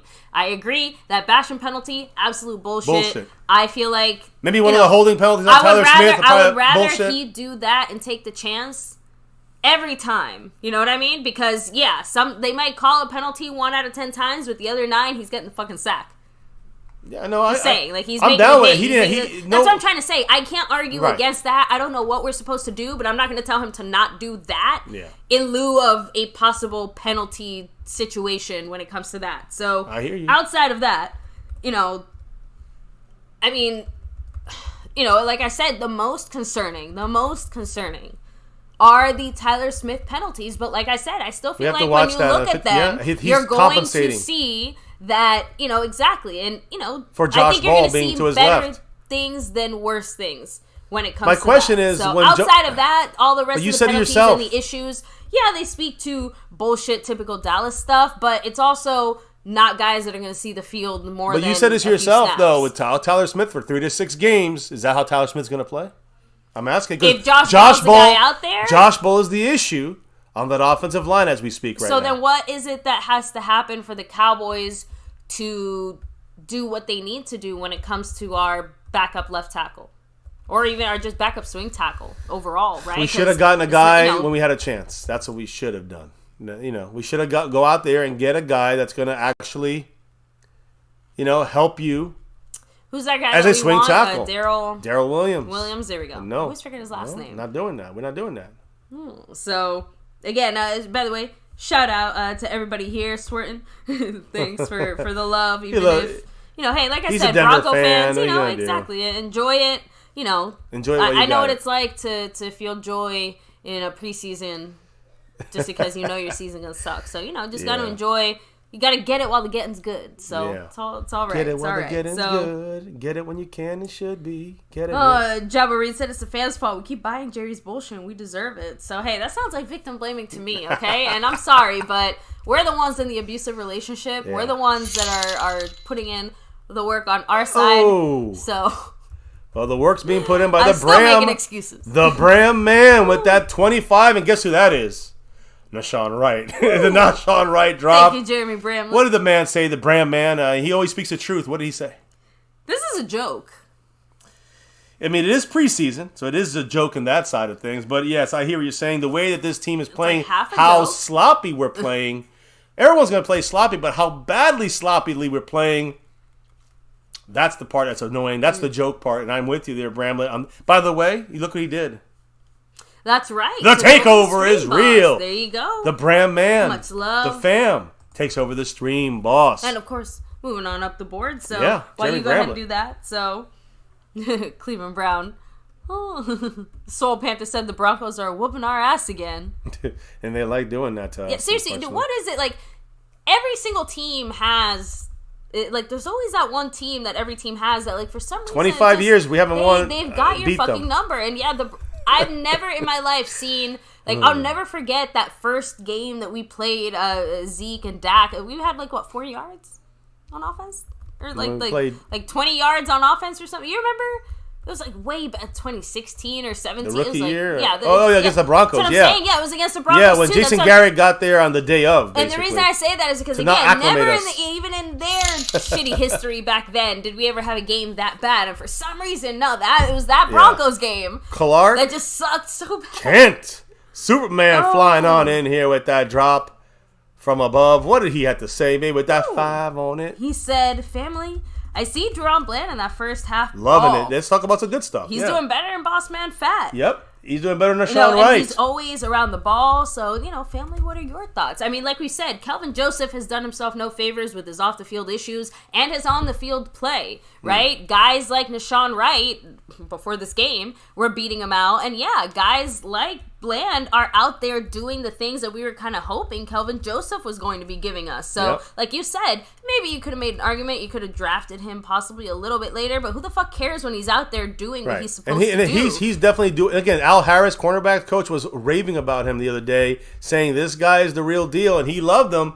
I wanted to see more. I got to see more now. I got to see, Deron Bland really be around the ball. I love it. But Nashawn Wright went down a couple pegs. Kelvin Joseph is like, eh. So I'm just saying, I wanted to see those guys get better. They're going to have a lot of opportunities. Marquise Bell's doing really good, but, number 41. But it's more about missing on these guys at corner, which we really can't afford. And, Nashawn Wright specifically is a Dan Quinn pick. He's got to make that work. Deron Bland's a Dan Quinn pick. He's making that work. Let's see what happens. By the way, the Bram man, not only did he take over, he's got 95 points now, but the Bram man is just fifth. I got 5 on it, on that overall board. And we got the great, and I stress the great. I've been trying really hard not Duke to laugh at this. Bothers. What did he say? He said, sorry I couldn't get here sooner. Tyler Smith was holding me. Oh, the great Duke Bothers. Once again, bringing it. I'm sorry. Much love, man. You have to be able to laugh through the pain, right? Like, I feel like as a Dallas Cowboy fan, I've gotten really good at that. Well, that's a bad thing. We're getting used to it. But thank you, Duke Fathers. That was actually really good. I was just saying, that was a good one. Hey, that was a good one. I feel held through the screen right now. Like someone's yanking me. It's Tyler Smith. Listen, it's Josh Ball's fault. That Tyler Smith has to make up ground there. I agree with you on that. But we'll check on the all-22s and that's fill you in why on that. I'm genuinely excited to see it. Just because it does, I feel like I'm going to start taking notes during the game, just saying, go back, check this play, I was right. And every single time it is, I'm going to just It's have gonna Mr. come up. MCF have a little counter on the screen, a little corner that just says, boom, MCW was right. That's it. Like, I just that's it. Anyway, thank you, Snug X, with the $5 Snug. holler. I'm losing track of who's It's all good. dropping He what. said, everybody's tipping, I'm tipping. So thank you, Snug. Much love to you. Much love to everybody, by We're the all way, tipping. guys. I'll be right back. I'll get my tipping in a I know, minute. but here. Sorry, look, I do have to I know get we it. say this all the time, but seriously, we can't put in the kind of hours and time and effort and energy into MCF that we do if it wasn't for your support, right? Like, we legitimately, work our lives and our time around this, so we seriously do appreciate We've always it. worked it around the Cowboys, right? But now we're working around the Cowboys and the family here in MCF. So humbled and truly honored to it's just feels special, guys, for you guys loving what we do, supporting us, whether the comments, the quotes, the thumbs up, the drops of donations and love, whatever it is, we appreciate it. And Now, especially, let me go ahead and hit up the chat, by the way, guys. About 4 minutes and 20 seconds left before the game comes back. They have the world's ugliest screen here waiting, but I guess if it works, it works, right? well, it's just for the preseason. Yeah, I wish we never even touched Josh Ball. Not only does he suck on the field, it seems like You he don't sucks want to touch off the balls? field, so no, not Josh Balls. Oh, So Eric boy. Thomas said, "I'm sick of the jokes. I'm a Cowboy fan, not a Brown, Lion, or Jaguar What was fan. that? Like, where is our greatness?" I had a little hiccup. Sorry. Oh, okay. I was like, what happened there? I'm like, what? Don Oliver said, "Refs very undisciplined, unexcusable. Refs been playing shitty too. I was It's saying. preseason for them too. They gotta practice their flag throwing, right? Yeah, they're definitely practicing their flag throwing today. They're seeing how far they can throw it into the Cowboys' faces. So And some Sheila of them, Neal in the house. Let me just do some shout outs. some of them are bad calls, but some of them we are putting it on ourselves. By the way, baby, before you do the shout outs, sorry, but I'm going to get my little tippy tips here in a minute. But I also got to give a little tip about the man Snug X, because he is not just dropping the love here in the chat, in the super chat. He's also dripping and dropping it. He put a 20 on it already in the Cash App to take the lead, and guess what else he did? He put another 10 on it. He said, "Man to man, you're one lucky son of a bitch. I'm hella jelly." Just saying. Thank you, Snug, love, again. Snug. Appreciate you. Much love. A $10 holler from him. Another $1 on top of that one. He said, "Nah, for real, I literally hate you." I love you, Snug X. You do make us laugh. It's like the offense and the defense, right? Yeah, I mean, it's like they it's love like each other, we're but they torn hate here. each other. We're torn. So We're they're just torn. supposed to hate each other, I guess. I don't know. So, but anyway, thank you, Snug. Much love. Seriously, huge shout out to everybody here in the chat. Like I said, let me try to get through as many shout outs as I can before they come back on. And by the way, field. he's third place on the overall board. Just wanted to say that as well. What? Sorry, Randy Boner. That's his name. It caught me off guard. I see where we're going today, and this is going That's down. his actual fucking name. We're off the rails already. That's his actual name. I know that. I'm saying that's a great name. I love it. Randy Burn Boner. Bar, Randy Boner, the great Duke Fathers, Yes. Cowboy Chad 5X, MD, Football Fanatic, Stephanie Willis, Manny, Augustine Olivo. I'll be back. Don Oliver, Eric Thomas, Burn Bar, Big Bruiser. Let me see, Sheila Neal, Jabba Reed, Cleveland Brown, Snug X, Aztec Aguilar 04. We have Clark Kent. Let me see. I'm hoping not to miss anybody. I'm trying here. Justin Quarles, the Q-Man. Let me see. Nitro Methane. There we go. I got that one. Sully, Retro Scotty, Swole Panther, God's Dozer, Swerton, Karam Mawani. Let me see. Joe Juarez, Jeremy Bramlett, the Bram Man. What a guy, Chris. Let me see. Who else? Jason Renfro, of course. Stubby 1085, Gamer 2000. Yeah, again, Cowboys suck in preseason. Like, no ifs, ands, or buts about it. Just sucks. Landlord from Alabama, what's up? By the way, guys, make sure to sub it up to Landlord. We have some great, amazing, fellow Cowboy content creators out here in the world. So, guys, make sure to check it out. Sub it up to all of them. Show the love and the support throughout all of Cowboy Nation, right? Jason Renfro, much love with a $1 holler. Go Cowboys. As our Cowboys hopefully take the field here again. It, looks like they're about to start getting back on there. Mauling is not holding. You should put that on a t-shirt. Ready, Red. Again, we're, put on a giant banner, maybe hold it in front of the refs so they don't forget, right? Again, at least a few of these, like I said, the part that confuses me a little bit more is just because literally just 24 hours ago, we were right here live on stream saying how the head of the refereeing committee and the NFL stuff and all that stuff just handed down a notice to all the referees saying, I'm telling you, we're going to stop calling some of these bullshit penalties. 9 penalties, 65 yards, and that last one cost us 3 points.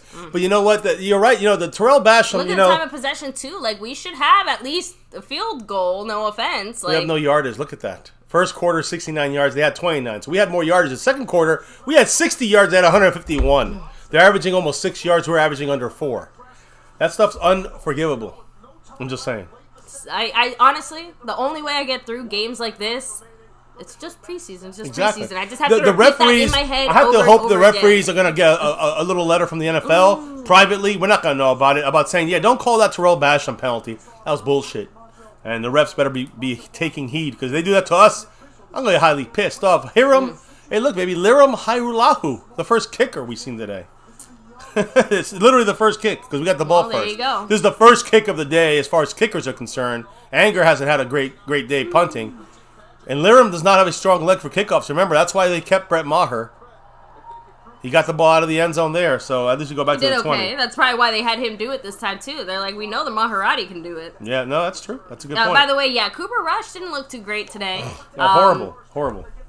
Again, I still have to remind everyone he did win that Vikings game for us last year. That does carry some weight. I know it's always he finished the team. He finished it, but still, the point is that he was a quarterback who did it. That does carry some weight when it comes to the backup situation. But again, he could still be the number 3, and Will Grier could be the number 2, and the Cowboys could just make a game time decision as far as who starts who's when. Who's active and not active. Yeah, so Cowboys not ready on defense. They ran the ball to the outside. Good job still by the a great Cowboys. Stop there. I Who think is that? I'm finally seeing some Sam Williams in there. Tristan Hill involved as well, baby, on that play. You got Tafua. Tafua 52. Mike Tafua involved in there. Yeah, so hey, we pushed him back 2 yards. There we go. There you go. Yeah, 2nd and 12. By the way, before I even go any farther, let me give it up to the king of the Cash App, Jason Ruff, for dropping that dollar. He's still in second place on the overall board, and he's the king. Trying to go back to back, but the leader is Snug X right now as we speak. Yeah, so I have to admit, again, as much as I know I would love to see Dan Quinn as our head coach, I know what it's going to take to get him there next year, and I'm in this weird spot where I don't want to see our team lose. Here we go. Defense, good job there. Deron Bland. Is that 39? That's 39, right? Yeah. Don't know who 39 is. It might be that hyphenated guy, Tyler Stewart or something like that. I mean, now you're gonna see the names start dropping and going to our. Now you got Mark Ripken's son, I think, in the game, number 4 for the Broncos. He's their third string quarterback with 14 minutes and 11 seconds. Yeah. And I don't know why I still have halftime. Aguilar, again, there's no starters are playing in this game. So they did play in this game, but not together. No Dak Prescott. No, that's what I'm saying. Not starters. They had a couple starters at the offensive line, and even Gallimore is still playing right now. To me, he's a starter. Number 96. Good job there by defense. Who is that? We gotta get his name. 39. Here, you're gonna make me look it up. You look it up. Okay. I'm just saying. That's your job there. I stay over here, so everyone's like rush his ass. Yeah, the run defense is looking great. Let me see. I'm just trying to go back through some of the comments here. Augustino Olivo said we need to be a lot more physical. Turpin's getting ready there. Oh, Quandre Mosley. There you go. Knocked it away, number 39. So he's definitely stepping up a bit. 2 plays in a row. 39 did some good plays there. Again, that's kind of stuff that gets you onto the practice squad, right? By the way, I do think the Gooch is going to end up cut. Ooh. We'll see him on the practice squad, yeah. Oh, look at this. Turpin. Smooth. I mean, he's running through little spots there. I don't want to see him get killed. Look, we haven't seen the big break just yet, but you know it's coming. Yeah. Right? The shiftiness is there. I like his hands. He's got the abilities. We can see the abilities. Turpin's a natural returner. You know what I mean? Yeah. So, let me see. Yeah, I had to cancel my DiNucci jersey order. You know, yeah. Yeah, number 17. Number 17. I'm getting my Will Grier jersey. Wasn't 17 Jason Garrett? Kellen Moore? Some ugly ass numbers right there. At this point, am I rooting for a cornerback to end up picking the number 5 and just so I can... I don't know what to say anymore, guys. Like, you want 5 because I know if I get a Brian Anger jersey, for example, like all I'm doing is like cursing him to like break a leg mid-season or some shit, right? And I already know, like we talked about it, he's probably not going to be here after next year, so it's like Am I really going to do that? No, I'm not. No, I mean... Do I still kind of want to? Yeah. But I won't. I want to, but I won't. This. Damn. So, no, I mean, let's be honest. My next jersey has to be Micah Parsons. I can't even, like... There's no ifs, ands, or buts about that one anymore. Like, just say, like, I might get a second Micah jersey. He outperformed any of the other jerseys I wanted to get. So, and he rightfully deserves it. That's what I'm saying. Like, I can't even argue against Micah said it. I didn't say it, Micah did. Maybe. So, I mean, Micah is I should get a CeeDee Lamb jersey, but I got like 2 other 88s in there already with Drew Jason, Pearson. Don't worry again. We're just waiting for that to get to us. We got you, man. Well, I missed what? No, his jersey. So yeah. So last win. So almost and again, there, guys, yes. The next raffle's coming up tomorrow. So let me see. Yeah, Kellen Moore was number 17. Jason Garrett was 17. 17 is Alan Hearns broke his leg. 17. So 17 is not boding well for our team, unfortunately. Oh, not in recent years, at least. So, and yes, guys, real quick, if you didn't know, so if a player switches jerseys after they kind of have an established jersey number, they have to buy out any of like their remaining jerseys stock. So for some players, that might be more expensive than others, obviously. If you switch early enough, obviously that's not necessarily an issue. But basically, you do that. That's kind of the penalty for switching jerseys, and then you're good to go. So Jalen Smith, for example, he ended up paying a lot of money to switch to number 9, and then ended up. He paid a lot of money, and then he got cut halfway through the year. But don't worry, he got enough money.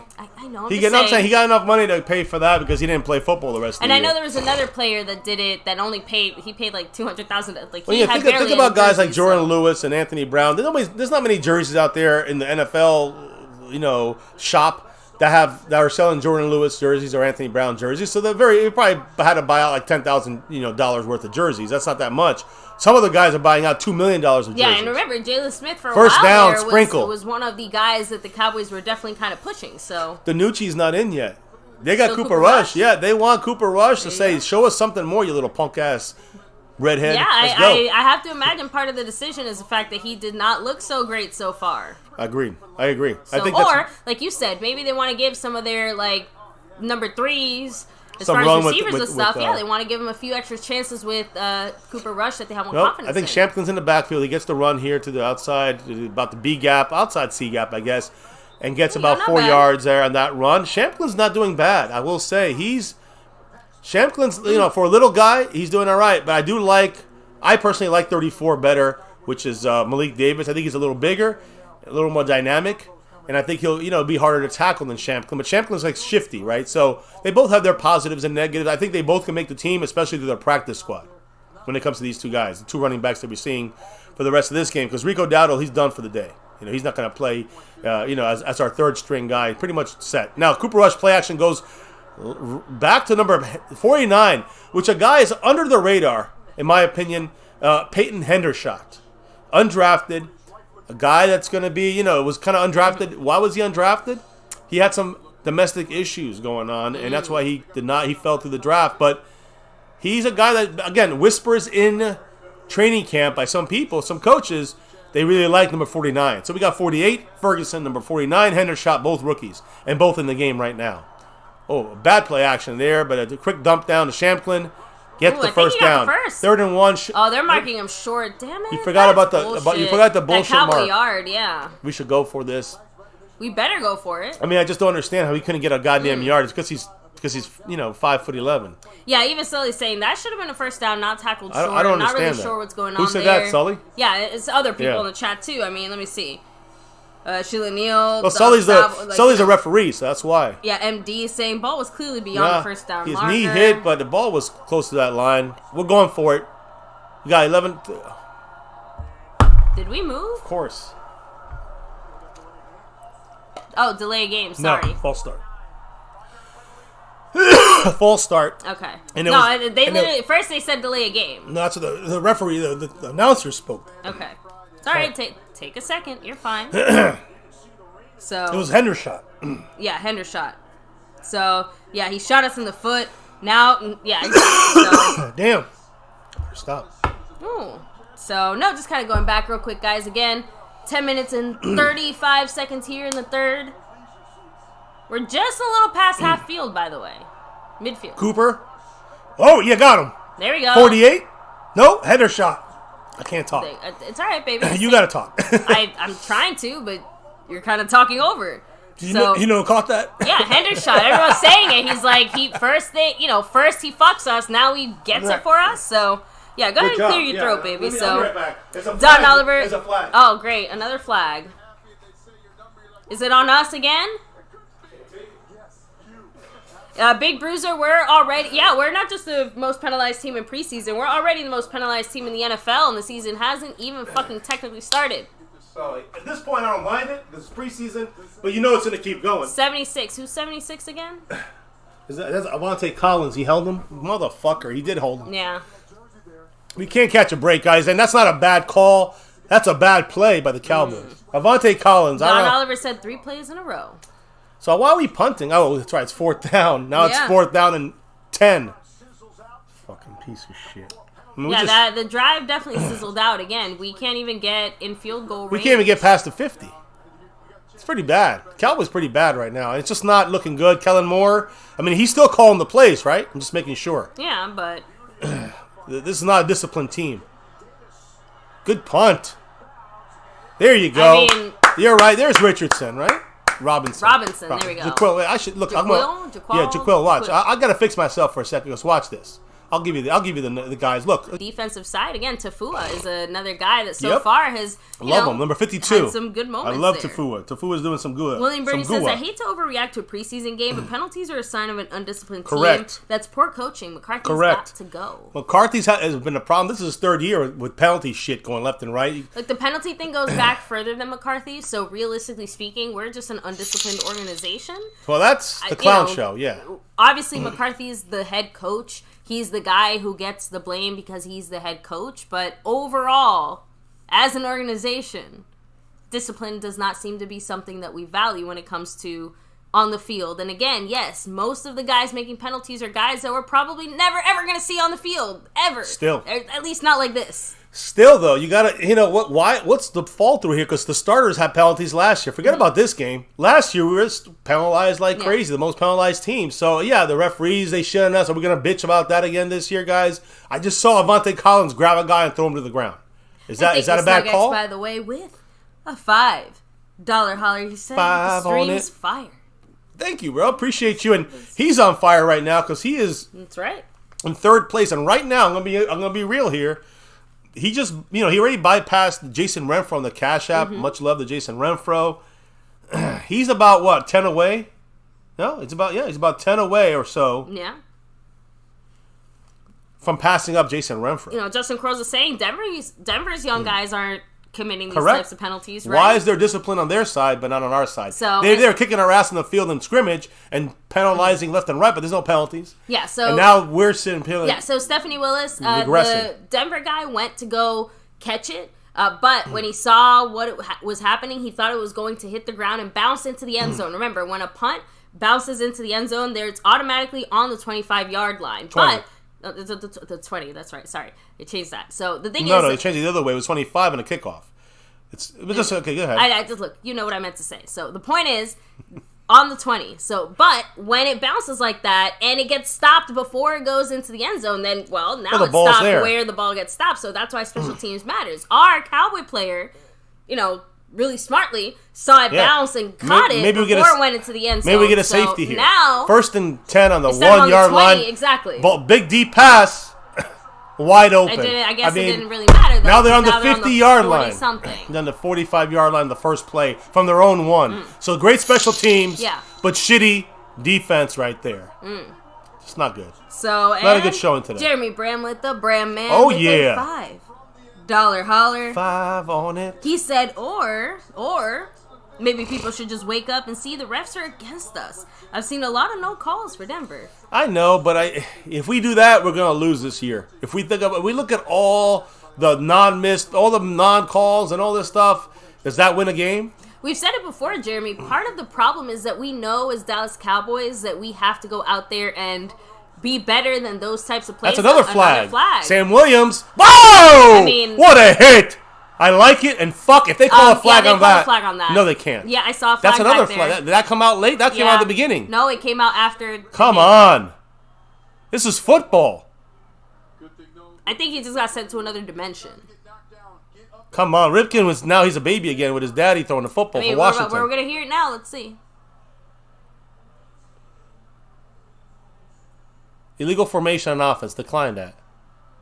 Oh, of course, personal foul roughing the passer on 54. Yeah, so Sam Williams.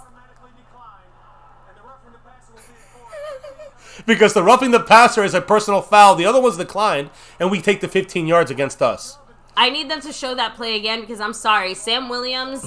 Incredible. I just absolutely incredible. rocked And we his just shit. we just watched the fucking rule change. By the way, flag number 12.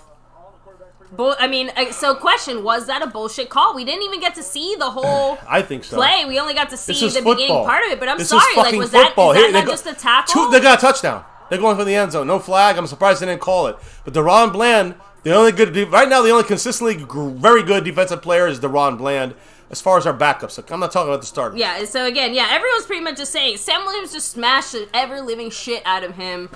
There was no flag. So I guess we're literally just penalizing football now. You get penalized for playing football hard. Yeah.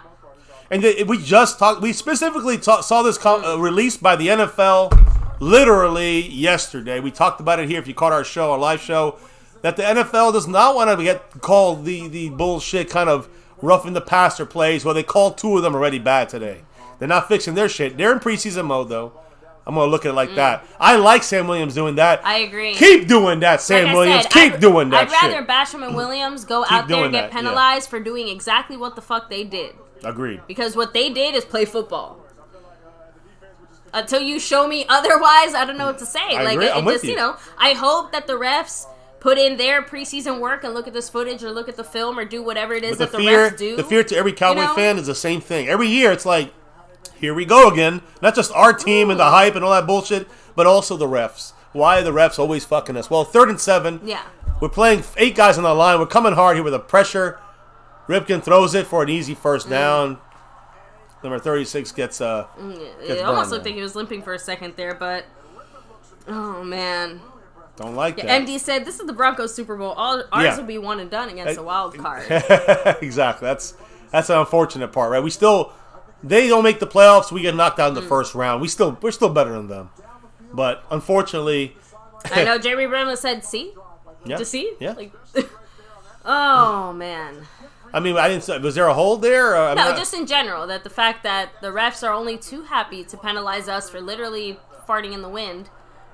Also, even when the Broncos do commit penalties, they somehow offset. There's a penalty. Now, this has got to be on them. They stopped the play. It's got to be on them. I mean, when you move, you can't hide that. There you go. There you go.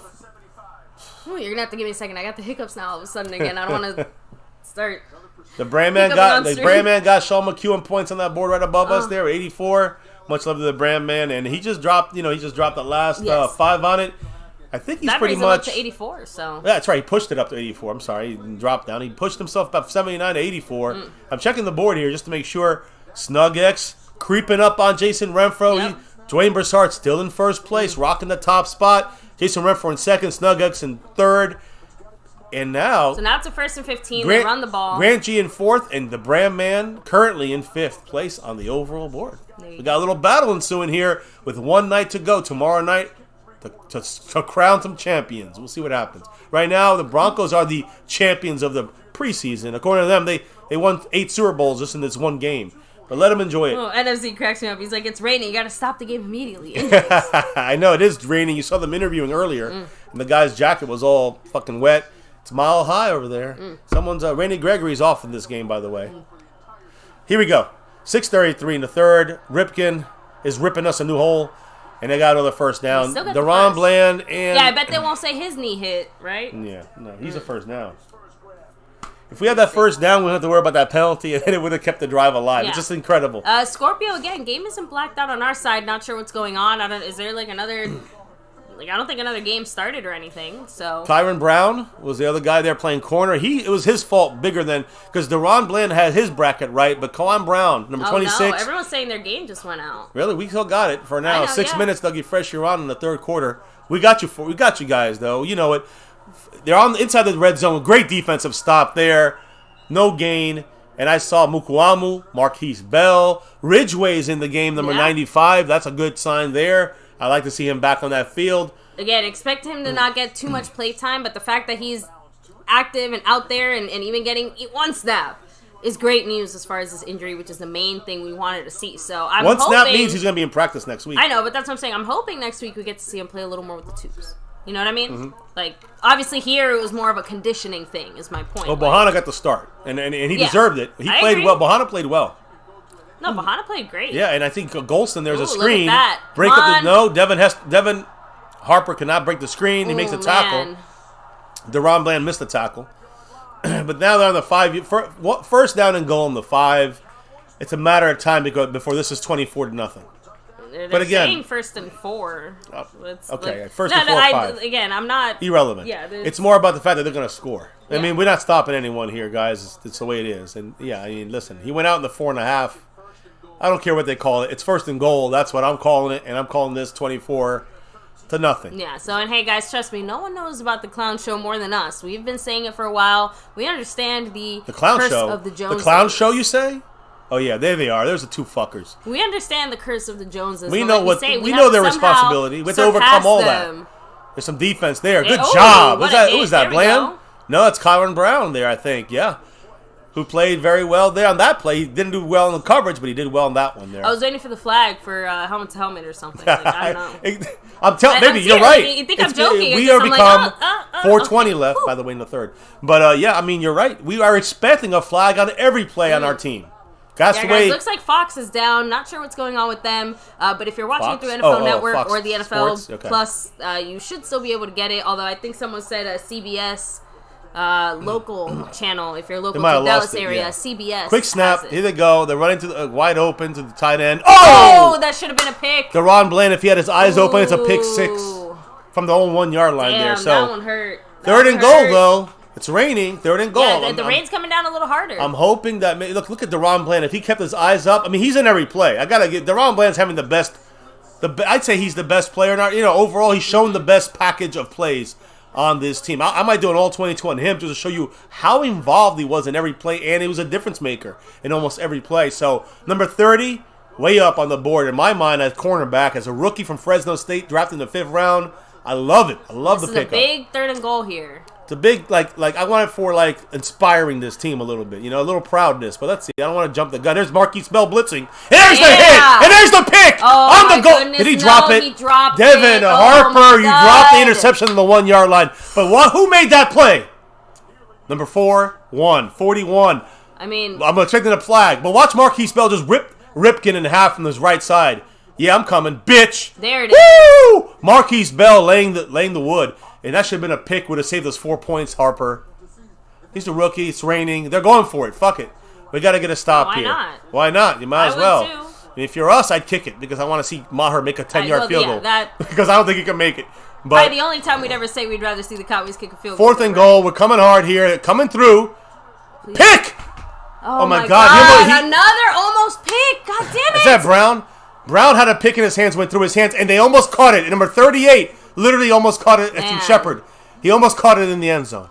That's the kind of day it's been. We got to stop. But you know what? Kyron Brown had 2 nice plays back to back. I love the aggressiveness on defense all the way down. He almost caught a touchdown. To every level. I know, but every level. That's what I'm trying to say. I love the aggressiveness at every level on defense. By Quinn, he's instilling that in their heads. Listen, we need maybe a little more gangster out there, but right now, that's my they're playing aggressive and hard. But that's the thing. Even though they are clearly fucking up, clearly making mistakes, clearly not, it's not like they're doing everything that they're supposed to do. But we are seeing the foundation of what we want to see. The mindset on defense. The potential of it being there, Agree. And I think that's a major tone of this defense, of this team, is set by Dan Quinn and the defensive starters. We got the defensive backups feeling the same way. Again, you're right. Even if we fuck up, it's preseason. But it's the intensity that you want to see on defense that's been consistent. Starters, backups, third stringers, practice squatters, whatever. You're seeing the defensive aggressiveness the whole way through. Yeah, so, by the way, guys, so we can't actually show the game on screen, remember? Sorry about that. That does get you dinged. by the NFL. That is why you're getting our reaction, but that's why you always get game day reactions from us here at MCF, not just for preseason games, guys. We do this throughout the regular season. Play by play. It's a We're live every single night. It's a watch party. We're all together here, guys, and we're all talking and listening, and you're seeing our reactions, which I guess... Hopefully enjoying.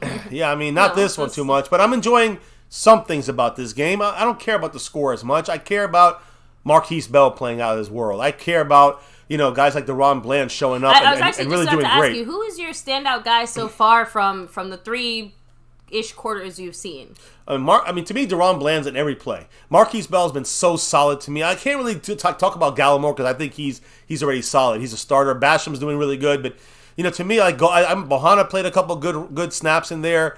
But again, DeRon Bland, without question, he's around with the ball every single play, and he's getting help from Marquise Bell on offense. I mean, Tolbert is smart the way he plays. I see it, and Ferguson. These two guys are rookies, and they're smart the way they play. Tyler Smith's a little disappointing right now, but he's doing whatever he can with Josh Ball to his left. And which again actually brings me to the guy that I was going to say. Yeah, go for it. Real quiet. Not saying he's doing amazing, but he's certainly not sucking. Connor McGovern on the right guard side has done all right. He's done all right so far. So does that mean he beats out Tyler Smith right now? No, the Cowboys, Stephen Jones was the one who said it specifically. Like, we're playing him at his best side, and we're leaving him there and only there. So we're seeing McGovern at his best. I am just saying that at least it's something. At least we're getting something out of him because, like, I was, both of the Connors are about to just end up like two giant turds on this team. You know what I mean? Like, at least we have a backup. We're in our own 1 yard line. We're going deep. And it's a catch by Brandon Smith, number 80. Now we're on the 40-yard line, just like that. But what quarterback? Was that DiNucci? Or was that Cooper Rush? DiNucci. The hoochie coochie from DiNucci with a nice pass. Just, on our own 1 yard line, or 3 yard line, he goes 40 yards. Nice play. Hey, what happened yesterday when we put DiNucci in our game? Remember when we put him in? Immediately. DiNucci and the simulation started hitting this guy, and that guy started bringing us back. I know he got picked off in the simulation once too, but still. He got us a couple touchdowns though. Yeah. There's a little run in there. Who is that? By the way, so it's funny. I guess Fox. Is that Davis? Fox is showing it again, but they're all the audio's in Spanish. Oh. So I don't know. Well, they do have they're obviously having a technical we talked issue about there, the Univision, Teleunivision. I don't know. The tele something. They have that connection now with the Cowboys. So the Cowboys probably saying, "Listen, local area, here you go. You used to got it in Spanish." I remember they say the Vaqueros, so get ready. Listen, I also think that, and now we're seeing Hendershot going to be out there, Sprinkle, Brandon Smith, TJ Vasher. You can tell the levels of these guys now at the last. But you know what? Remember, guys, even Zach Martin, he missed that one game when he had that knee problem that one time. Now again, McGovern, and that was against the was that COVID or was that because he missed that first week against the Broncos and he played as well as you can expect. The only reason he missed was because of a knee issue.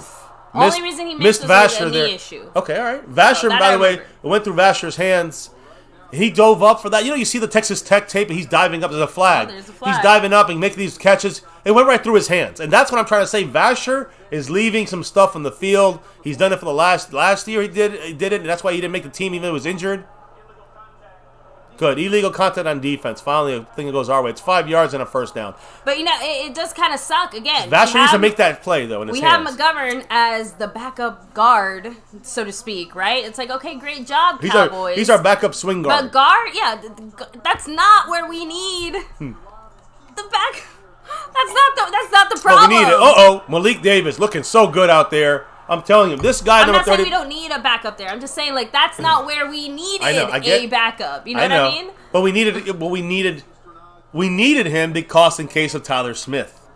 So we do actually need Connor McGovern to come through. But again, he's not really there to take over that spot. Again, the Cowboys made it pretty clear that even Tyler Smith is maybe Tyler Smith has to play backup swing tackle. Tyler Smith's already ahead of wherever McGovern was going to be at left guard. Cowboys made that pretty clear. A left guard, not right. Oh my God, Malik, a right guard. Connor McGovern is pretty solid. Yeah, he plays well at the right. He's a right side player. There's no need for Tyler Smith to ever play right guard, though. Right. So again, the Cowboys he's either left guard or left tackle. For exactly. Tyler Smith. So that's what I mean. That remember I said that Tyler yesterday. Smith is just always on the remember left. I said the right side. If there's an injury there, you can't put Tyler Smith there. You got to put Josh Ball. He's better at the right tackle, but left tackle he's trash. Josh Ball right now, and we're not just saying that because of we're emotional. It's about this one game. We've seen it over and over and over again. I was just about to say, like, I think Josh Ball can only second be saved. Down. Nice. Malik Davis got to make this team. I'm telling you, Malik Davis, number 34 from the Gators, from the Florida Gators. This guy has something. I've seen it the first time he was running. I seen it, and he hasn't stopped showing it to me at least. He'll make the practice squad. There's I no way mean, he makes someone the might team. steal him out there. He looks hiccups, good enough I'm to be. sorry. If someone has a bad third string running back, you cut his ass. You take Malik Davis in your team. Malik Davis, the real deal, I think. I mean, listen, I want to know. Tell me what you think about 34 out there, guys, because no one talks Justin about Pro it. said Davis has nice vision in finding the Yeah, openings. he's got the great movement. He's like a Zeke and a Pollard combo.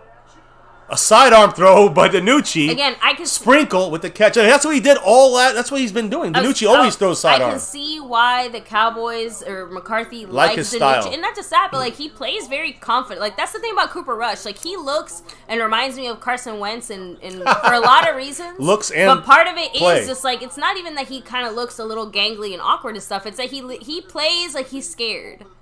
Like, and I've never seen him really play with a lot of, like, confidence. When you look at DiNucci when he played sense. against the Eagles, I mean, we didn't play well. The whole team was destroyed, but he actually still had us in the game. Shamplin takes it outside, C-gap, and to the outside, out the edge. There's a flag. He Probably kept us in the game, probably but a hold. It's still, again, what I'm trying is the energy still felt different. Yeah, but That's remember, all. we had no offensive line at that point. The week before that, we lost our all-time offensive line. Did DiNucci play a game? I know he lost. Yeah, the Eagles. That's what I'm saying. But it was like 13. Did he it was, get hurt or something? Or did he no, lose? I it was can't like remember now. we lost. It was 13-7 or something, and they scored. It was like 17-10 or something. It wasn't like a blowout, and he played like shit, but he didn't play like scared. Let me put it that. Although I guess that game he did play a little scared, but it was his first game. We have 14. The circumstances around that were a little different. They have 4 penalties, 32 yards. We have 14 penalties for 114 yards. Play action. No, it's a run. This time I think thought I heard the whistle. I thought so too, but I swear half our line just stopped moving because I thought I heard the whistle too. by the way, anybody see the referee as we go into the fourth quarter here? Do you see the ref? No, what'd they do? The referee has a towel like the way Zeke had that towel in that Patriot game. He's all the way back there in the back judge. It looks like a loincloth. Snap So the goddamn DCW ball. in the That's a free house. play. Take it. There's Throw the it. flag. Okay. I mean- He wants the free play though. Oh. DiNucci got it. He almost got that free play. Does that mean it's on us? Okay. No, baby. The guy went over the line. Okay, I'm saying they have to stop the play because he was too over the line. It's fine. You can't endanger the quarterback. Again, DCW, we'd be a lot better if the Cowboys could get a little something going here. But since it's only preseason, It's preseason. we're Just fine. no injuries. That's that's the best thing tonight. No injuries. DeRon Bland, Marquise Bell, Ferguson and Tolbert. Tolbert got like 7 targets. He had 2 catches. But Tolbert is finding openings in the defense. That's something that you don't really do in your first year as a rookie. So we got fourth quarter. It's going to be we got 1 untimed down, don't we? Here 1 free play. I thought. I mean, this is going to be guess the we're going- most I guess we're the penalized fourth quarter. preseason game. Yeah, probably. I wonder if we'll hit 20. We're at 14 right now. So that penalty's on them. Fourth quarter is kicking off here, and There we we're go. on our last quarter of Cassie our first Stewart, game. Have a great night. Take it easy, Cassie. We'll Appreciate see you soon. you. We'll see you again. Not only during the week, but of course next Saturday against the Rams. Against the Chargers. We have 2 scrimmages against the Chargers next week. So brace yourself for that. Some video montages coming out. So check it out. What's going on with our Cowboys in a scrimmage? ZamDMW said, "I guess the refs are afraid of going back to their Denver hotel because these are horrible calls." These are some bad calls today. Again, I'm gonna look at this. Is the one thing I'm gonna say about the refs. They're in preseason mode too. Let's just hope it stays that way. I know it's PTSD for us Cowboy fans when it comes to penalties and the referees regular season, but I'm hoping that they're just learning the ropes, and hopefully the NFL will actually say, listen, those 2 penalties, that one on Basham for roughing the passer, the one on Sam Williams, roughing the passer, that's bullshit calls. Let's just be real. Tyler Smith, I didn't see them, so I'll have to see if he's had penalties, probably because of Josh Ball's fucking up on a consistent level. Yep. So Tyler Smith's got to block 2 guys out there. You can bet your ass he's going to be called for flags. And, you got some disappointments when it comes to Deshaun Wright, but I think that, you also have, some bright spots here with a very, again, to me, the bigger issue is maybe Kellen Moore's play calling. I don't know. Because I still see some of the predictable shit sometimes, but you also got to execute. So it's harder to do it with your second and third and fourth stringers to execute properly for Kellen Moore's plays. But just the way the plays are called on defense, it seems that even the fourth stringers can understand it. Better than the fourth stringers under the offense can understand the offensive game plan under Kellen Moore. So I don't know. Maybe it's just me being me. So, oh man, Captain DCW, I hope you're doing all right. What happened? That fucking sucks. He said he hurt his shoulder. He has a tiny bone fracture. Damn. It hurts a little bitch. Damn, man. That's gonna hurt for a little bit, man. Yeah, so all you can do is just keep it mobilized. Wishing you a speedy recovery there. So. Yeah, we're just getting over COVID right now, and I knew I shouldn't have hit this thing because I'm clear, but maybe you're hanging on still a little bit left. Still. Yeah, I can't. I'm still technically like she's COVID positive. Yeah, which is weird, but you know. So I'm my still job having, doesn't give a fuck. and I'm still having. You're masked up and going to, and my situation, like I'm still having like this long COVID feeling. Like I'm still having the effects, but not any of the hardcore symptoms. I'm having some symptoms and the effects, but not any of the, the COVID. Oh my it's got to be on them. Again, it was on them. It's just, but they're saying it was on us. They all went over the line. They stopped it, so I don't know. But they all went over the line. I know, but that's they stop it and go either way. But yeah. The fact down that they judge. that the odds of it being us is bigger. Yeah, but I saw 4 guys cross the line for them. It's on us. Unbelievable. That's they hit. I mean, I'm just saying. I don't bullshit. say it just to say it. 15. I know why they stopped the play, baby. Oh. But they stop it when there's 5 guys on the defense going over. One of our schmucks, is that Connor McGovern? No, it's Alec Lindstrom, the center, who's got to do something to try to make this team. We're at 15 now, I think, by the way. Yeah, 1st and 15, right? No, as in 15 penalties now. Oh, yeah, no, I just said that. Yep, 15. Keep them counting. 15 penalties. It's 3rd and 15. And Danucci, number 17, looking down the field, scrambling for his life. Just got face mask. They don't call it. I don't know. It looked like it was face mask. Just throw it away. Throw it to somebody. Someone's open. In coverage, almost picked. He threw it to Ferguson. Oh, no, Hendershot. I mean, he did something. I can't deny that I appreciate that, right? Hey, we're going to see a kick, baby. Here we go. Who goes out there, you think? Because this is a long one. This is about a 57-yarder. I just can't believe he didn't get sacked there. But he actually, because he tripped, he didn't get sacked. Well, he's very mobile. He did the best he could. Oh, no. So that wasn't even close to being a catch. The guy said Jake Ferguson. That was not Ferguson. I know that. That was a pick. He knocked it out. I thought whoever that was had gotten there. This is important. This is important. They're putting Liram Hairulahu. We know Maher can make it from 50+, but can Liram? He has a weak leg. Let's see in the rain. Can't make a fucking point in this game.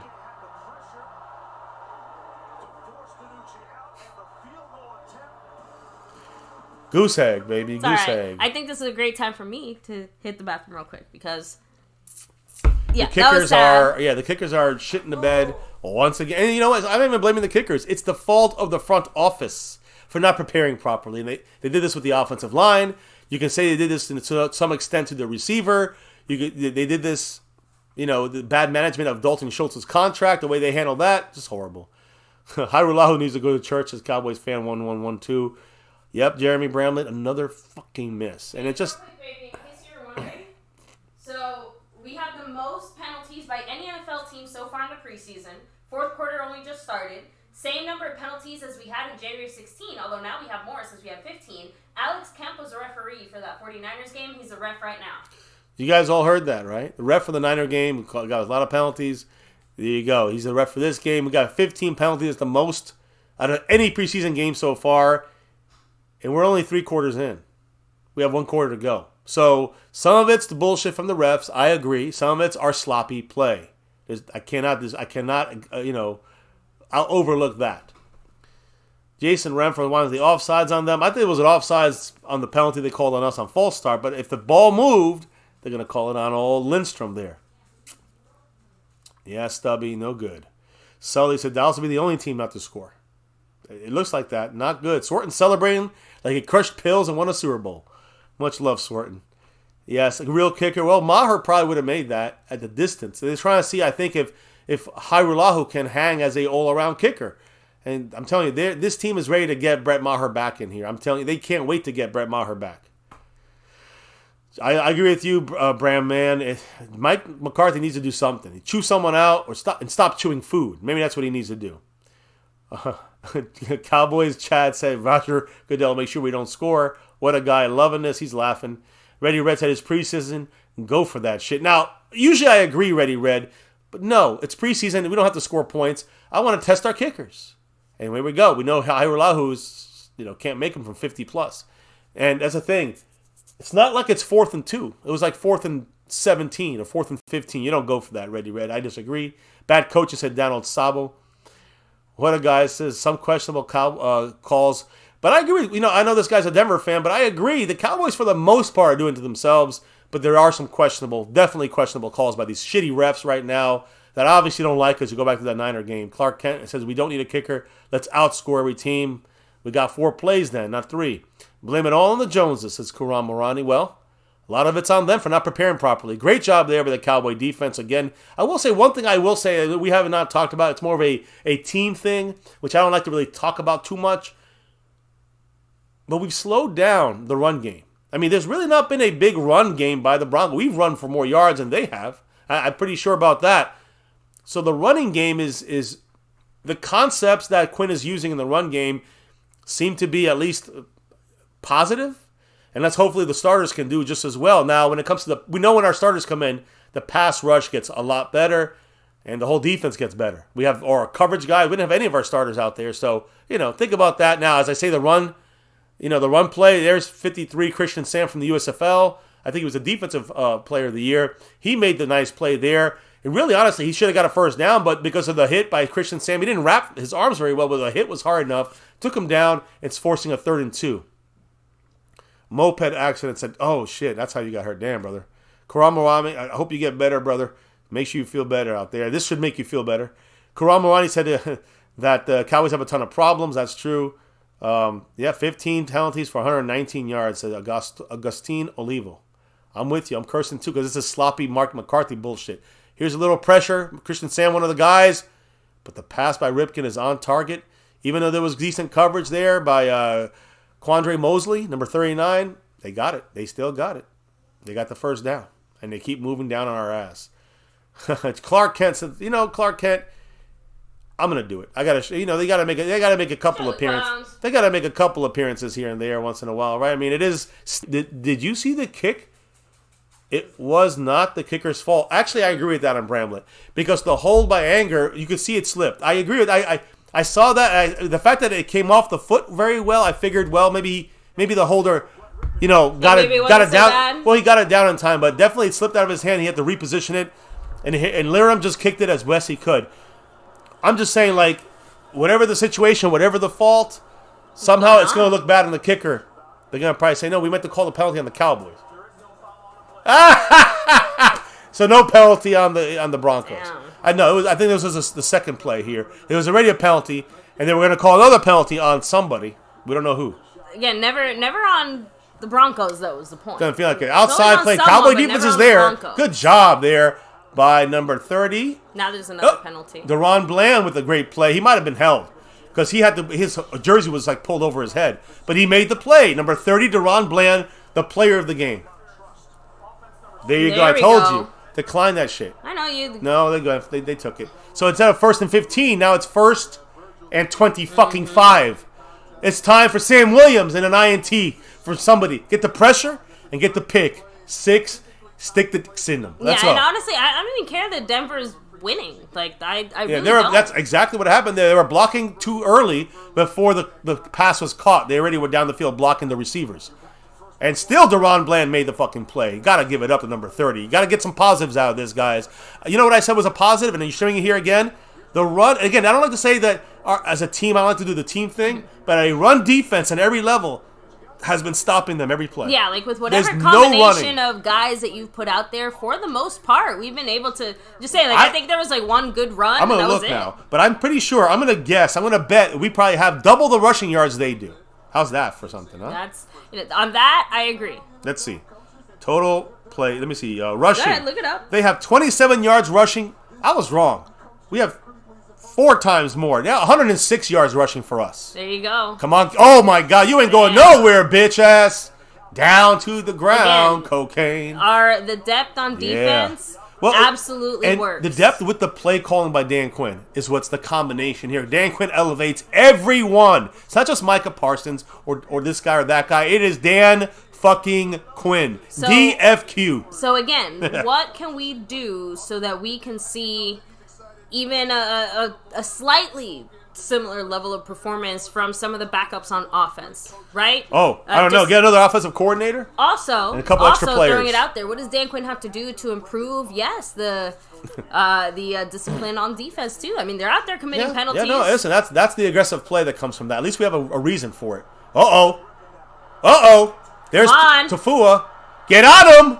Great job by Tafua. That gotta be incomplete. Yeah, out of bounds. Well done. Tafua just ruining everyone's. I love Tafua. Another positive. A guy moving up. I think he's gonna jump on this 53 positive. I think he's a practice squad. Tafua is playing his ass off. An undrafted guy. Pretty sure from Utah. If I'm not wrong about that. Honestly, I'm having a hard. Telling you, I know I love my UCF guy, Big Cat, but he ain't doing shit. Will Brady said Danucci won't let us get shut out. Sully said Dallas will have a losing season and fire McCarthy, so Jerry has another scapegoat. And listen, and we talked. David Hellman said the scapegoat, the real big scapegoat, is going to be Dak Prescott because they're not getting any help from him on the offensive line in a real way. He said that Dallas is trying to set him up to, be the scapegoat. And again, you're seeing this without addressing the offensive line, not addressing the receivers. Let's be real. Just wait till they make comments about his contract. Ooh, boy. I'm just saying, he's already set up to be a scapegoat just because he's the quarterback. And he's getting paid $40 million a year. So another flag. Which again, I'm saying you can make an argument. Oh my fucking God, I'm sorry. This is the flag bowl. There we go. Number 2 or 52? Can't be 2 because that would be Turpin. Yeah, that's why he's holding himself. And they call the flag on us. I can see that. You know what? Yeah, Turpin held himself. That's what they called. It's still our ball. Turpin so fair caught that. It had to be Tafua, yeah. Yeah. So I want to just keep it up. Now we're at 17? 16 or 17? 17, 16. Did I miss one while I was gone?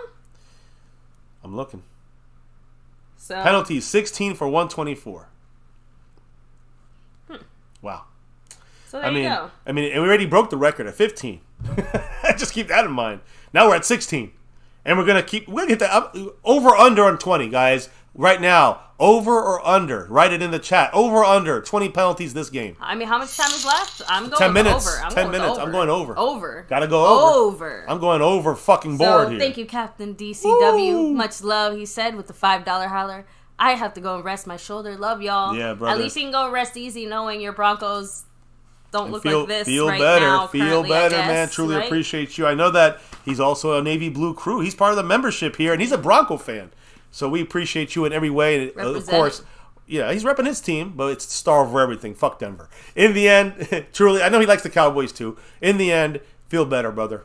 We do. That's number one over everything. We always say the star over everything, but at the end, I always say never forget the number one thing, and that's everyone stay safe out there. Everyone, even the fucking haters, even Eastside fucking Harold.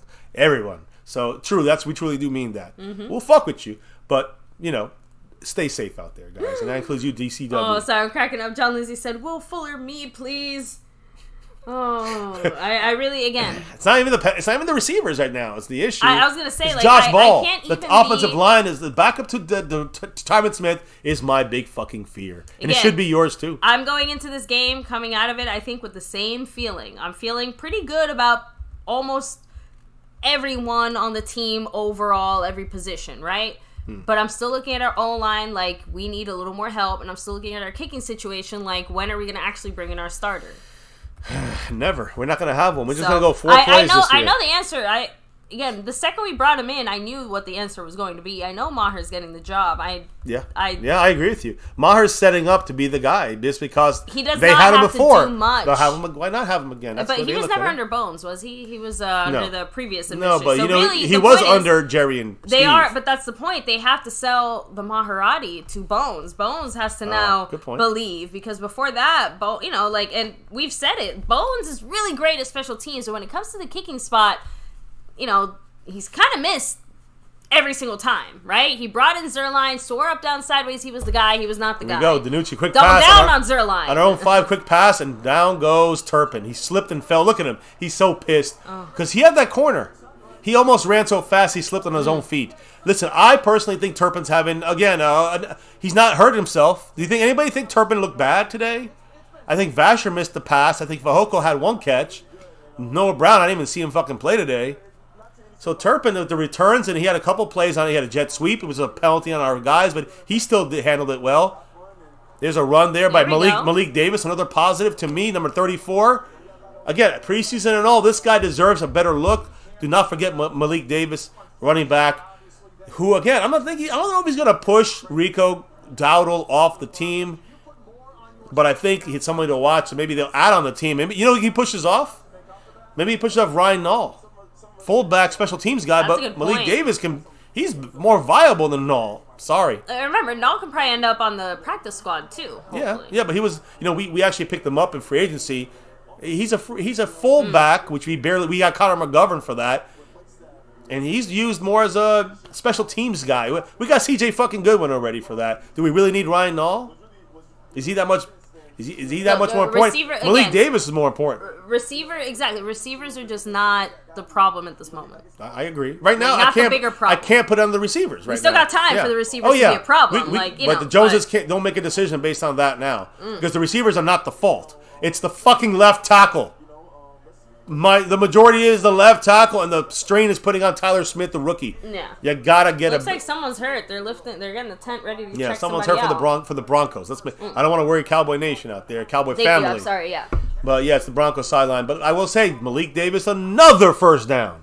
Just to remind everybody, number 34, the Florida Gators, and here's a play action to 34, and then there's Danucci going to run Jeremy for Bramlett just 4 or said 5 Danucci's yards. looking better than Cooper Rush right now. Danucci got a little bit of flow right there. He's, one thing we're supposedly doing, and this is on Kellen fucking Moore, we're supposedly going to be running the quarterbacks out of the pocket. There is a prime example of what I like to see on a first down. I agree. You run, nobody's open, you go for the 5 yards, 4 yards, you don't get hit. And look at it now. What is it now? 2nd and 5. I love that. That's now we're rolling. Dak, Danucci, who the fuck is out there? I don't care. That's the mindset you got to use. Get the easy yards. I believe. There it is. Boom. First down. There we go. Is that Hendershot? Boom. First down. Well, and Bernie said it earlier. He's like, Danucci's not going to let us go out on the board with nothing on the board. He's not going to. That's all right. He's not going to stand for that. And right now the Broncos got their 4th stringers. They're playing a little prevent. They're trying different things too. So let's not get overly happy because they're backed up prevent. No one's coming in. There's a 4-man rush. It's nothing major Under here. 8 minutes, by the way, guys. Going over the top is a hold. That is a fucking hold. Thank you. There it is. Thank you. I mean, TJ They Vasher. take their time with those flags, though, don't they threw that from the state of fucking Nevada. Listen, the point is, Vasher with the hole. It's too bad. I want to see Vasher make a play on the ball. I'm waiting for that. He hasn't done it yet, and that stops a chance for him because Brandon Smith did it earlier, number 80. Look, this is obviously not going to be the game for it. That's why I said I'm really excited to see Will Greer out there, just because I think that we will Will see Greer a little and bit Vasher connected on that one-handed touchdown that we saw in camp, the play of camp. Just throwing it out there. So next game, Who Greer, else had a and one-handed Vasher. touchdown? Well, there's a couple camp? guys, There's but been a few. But the best one, the true one-handed one. Vasher's was the best. Fahoko had one too, but he brought it to 2 hands. Side-armed. Oh no. Whew, okay. I mean, Danucci throws these like the fucking know, knuckleball, man. I'm telling you, what the fuck. Look, he gets it out there. It's almost like a little Mahomesy there. But again, nothing close to Mahomes. Yeah, but I was gonna say, Mahomes does it a little differently as well. Like Danucci literally just looks like he's like. Yeah. I don't know how. Yeah. He's like flicks it. Yeah, this looks so weird when I do that, but like he looks weird when he does it. So I don't know. I guess I'm being accurate. Oh, anyway, second and 10 here. We're finally a little past the 50. It's a run. There it is. There we Malik go. Davis or Champlin? Nice. I can't tell. 34, 32. All I see is Blob. I think it's Looks 32. like Champlin. Yeah, I think it's 32 Champlin. Who again, he's looking good too. He's a practice squad. But now it's like a solidified. manageable 3rd and 4. I think he could be a practice squad guy. He's making a case for practice squad for Champlin. Davis is practice squad no matter what at worst. Oh, right now, in my opinion, Malik Davis might be pushing that special teams.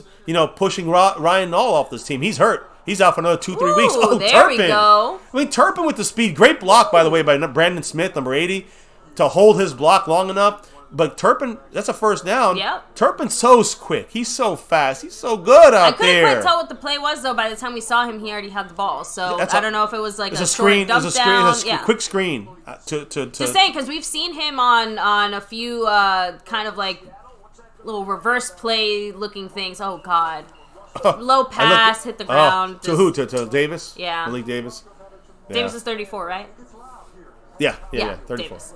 Sorry, for a second I was like, oh, it's Champlin, but no, he's 32. Oh! That's the difference. The man Snug X with that 5 on it. Much the love, $5 Snug. Thank you. Appreciate you, holla, and guess what? What is he? I know he said to go Cowboys. Yeah. And I know we know why he did this. But we also know he is right now 2 away from jumping Jason Renfro. There you go. On the overall board into 2nd place to be behind Dwayne Brassard for 1st place. Danucci. Thank you, Snug. Much love. Much love, brother. The new penalty again. I think it's on us. Oh, Catch by Turpin. They let the play keep No, going. that's not Turpin. Who's that? Is that number 19? Oh, that's D'Antonio Drummond, because it's not just a kicker wearing 19 in Brett Maher, but it's D'Antonio Drummond. Offside. Decline. Thank goodness. Yes, now we're in range now. We're rolling. Now we got ourselves a this is a Brett Maher special, because to me, this is where if you got to kick a field goal, this is where you want to see if you can make a 41-yarder. Because right now we're like on the 25. We're almost in the red zone. We know he can make the long ones. We know he can make them 68 yards. Great. I don't want to settle for that shit. I want to get driving. We're on a 22-yard line right now on the fringe of the red zone. 1st and 10 motion. Little fake there. Got to dump it down. It's a screen. It is. There's a little. Malik Davis. There we go. Oh, he falls. So close. Malik Davis had an easy first down. But, hey, listen. Malik Davis, guys, again, baby, would you say he's like the star right now? I mean, yeah. At least of on the offense. Third. Yeah, second half. Right? Yeah, the second half offense. Whatever you want to call it. Malik Davis, and the guy on the offense is Deron Bland. They get my game balls, not Josh Ball. He gets my left nut. Oh, what a play by DiNucci, faking him out. Nice. Run it, baby, run it, DiNucci. There you go. Slide, baby, slide. Finally, smart man. 1st and goal. Smart man, smart man, DiNucci. He don't want to get hurt and then be out of the mix, you know. Was that Kellen Moore getting cute? Kellen Moore rolling our quarterbacks out. But great, I mean, DiNucci put the arm out. And the guy went flying. I love it. I love it. I love it. I love it. I'm marking that one down for DiNucci with a nice play. There you go. So, by the way, guys, again, huge shout out to everybody here. Take a second to hit like, subscribe, hit that notification bell. You can follow us on all social media at MyCowboysFamily. At MyCowboysFamily. Hop in the Discord. Link is down below. Shout out to the sponsor of the week, Dwayne Broussard, and the Cash App King, Jason Renfro, with that $2 holla, making sure. DiNucci goes back for a pass. Throwing, and out of bounds to Drummond.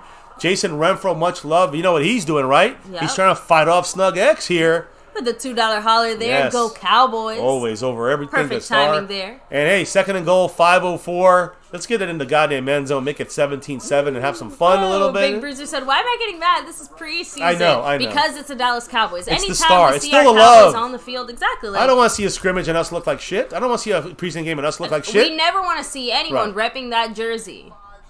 Right? Repping the navy blue or the white. And look like shit. Right. I can't imagine ever. What? A flag. Delay a game? He does this. So that's 18 now, right? We're at 18, guys. Over under is 20. We've got 5 minutes. We got 5 minutes to go. Shit. I'm gonna leave this watch the Cowboys. 17 penalties for 129 yards. We need 3 more. So we're at 17. Okay. Yeah. Oh, we said 18. Yeah. Yeah. I thought we were at 18. Okay. 17 or 18. I'm looking here. I think they just fixed it. Oh, okay. Still saying 17. All right, so then it's 17. Let's. Sorry. Well. All right. Yeah. So I guess I should have gone with the under, but I don't know. I don't think so. Here's a pass, Turpin. You can't drop it. Fuck. That was what TJ Vasher did earlier. Can't drop that. So now it's a 3rd and goal. Guys, we're on the 12. His little ears heard little footsteps. He got a little scared. But I'll say this. Hey, I give him credit though for kind of. You know, I think he's playing more offense than we're going to see. I think it's about the returns and smoothness and the abilities. I don't want Tolbert back there right now. Tonight, he's our number 1 receiver. Yeah, we don't want, Rico Dowdle. Tonight, he was our number 1 running back. If we see Turpin on offense, it's like for a specialized injury. Center, undrafted guy, Alec Lindstrom, who was supposed to make a run at the center spot, and Biadasz was like, shh, let me take over. Yeah, Biadasz has been having a quietly solid preseason. And the backups like Farniak, he had three snaps in a row in the beginning of camp that were just hit the ground. Like he couldn't even get it in Cooper Rush's hands under center. So more penalties in the playoff game. Yeah, it's been a while. Yeah, we had 14, I think. We literally picked up where we left off. Like we literally picked up in the penalties in San Francisco where we left off there to now. But again, it's preseason. These referees are trigger happy, but they're more like they're flag happy. I know, and I said it. I know it's preseason. I know that realistically speaking, it doesn't mean still anything. Bad memories.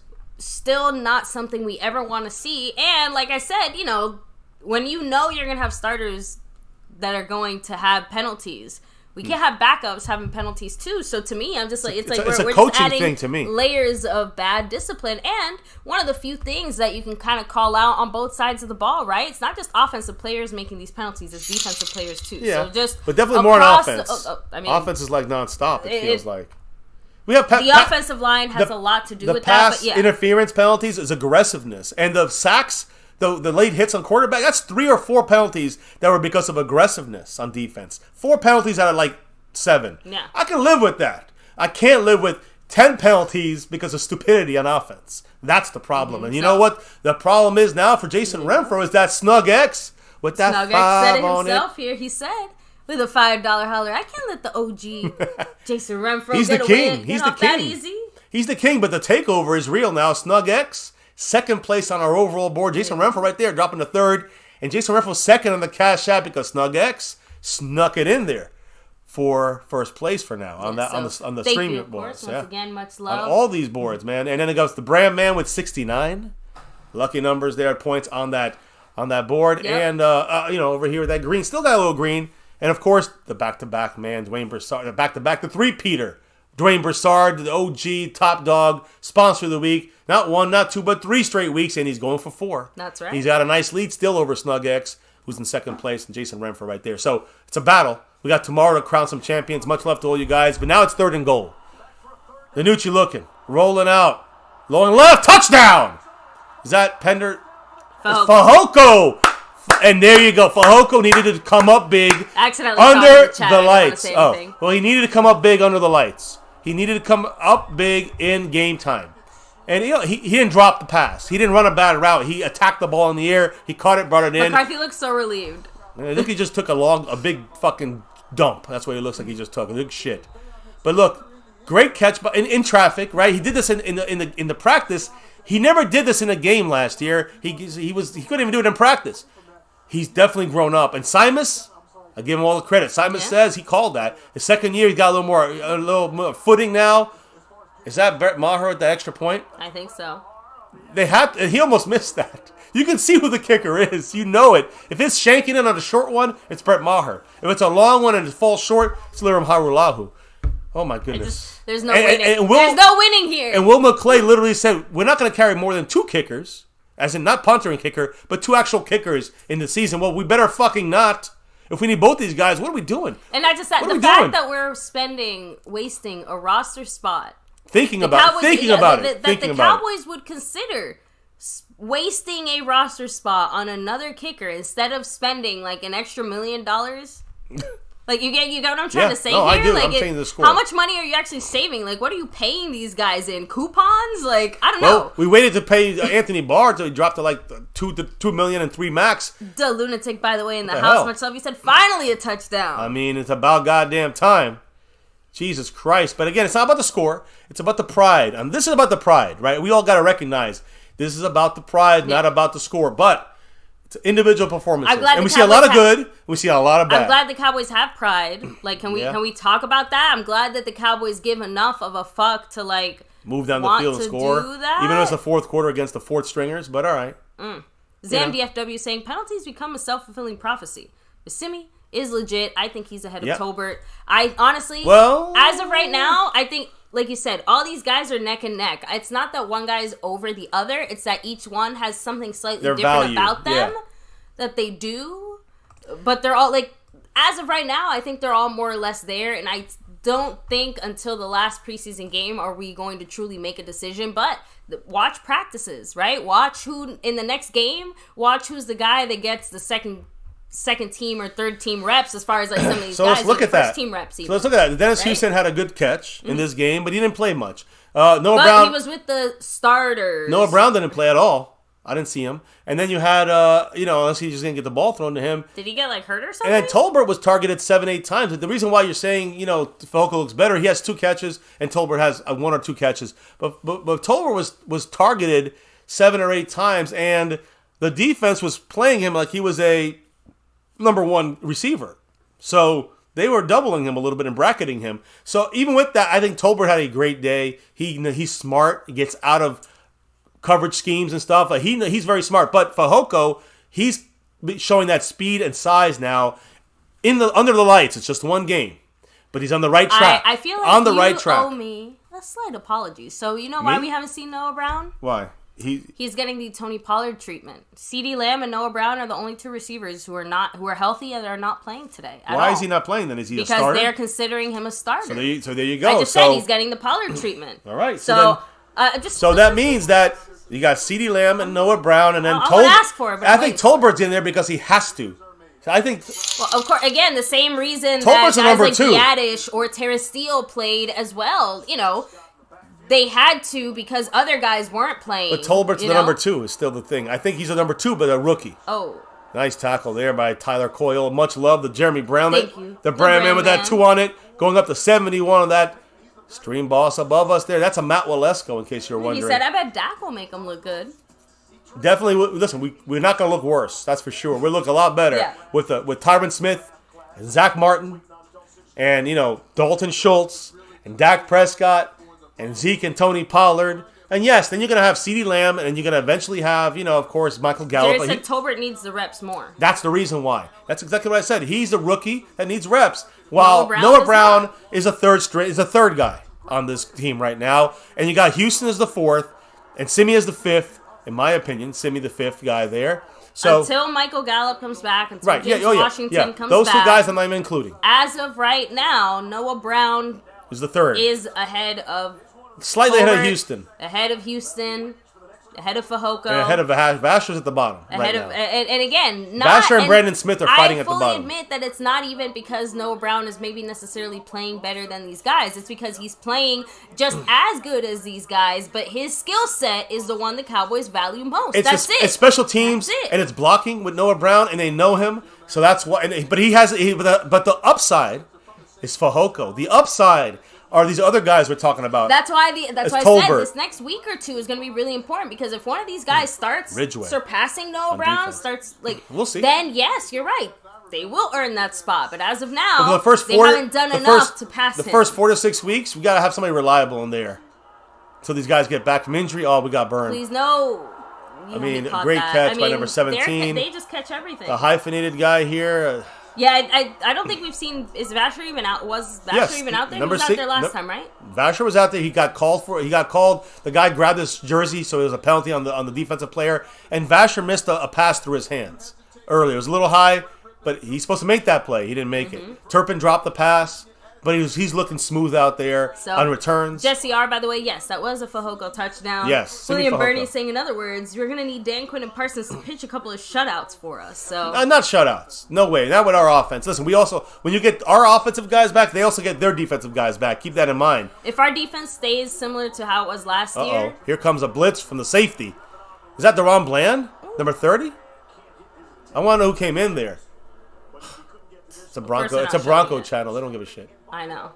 I thought it was number 30. Let me know if that was Deron Bland again, because he's the player of the game on defense. He's actually the player of the game, but he's my defensive guy. Marquise Bell right behind him, and on offense, I love the defense stopping the run. I will say, in general, I like that we're doing that, but it's preseason. Again, on offense, it's Malik Davis to me and Fehoko. Now, he kind of comes right in there. It's hard for any defense to have a shutout, but our defense last year consistently held teams to an average of 20 points or less. Yeah, less most of the time at the end of the year, yeah. 20 points or less. They're going to tell you that we had easier, schedule, easier opponents. If we do something similar, there's no way this offense shouldn't be able to get the job done. That's all I'm trying to say. Even with all the issues and problems and whatever we have, if this offense can't score 21 points, we don't deserve to win. I agree. And that's based off what I expect our defense to do now. Can we have a game similar to that one Saints game? Remember, it was like 10-7 or some shit. Like that was the final score. I'm just saying, like where it was. That was a couple years ago. Yeah, that's. You telling me last year? Not recent. No. I'm saying like a few years ago. That's when we lost Tyron Smith. We can still have maybe a game similar to that where like the offense doesn't score much and the defense obviously still stops the other team, but it's just a low scoring game like across the board.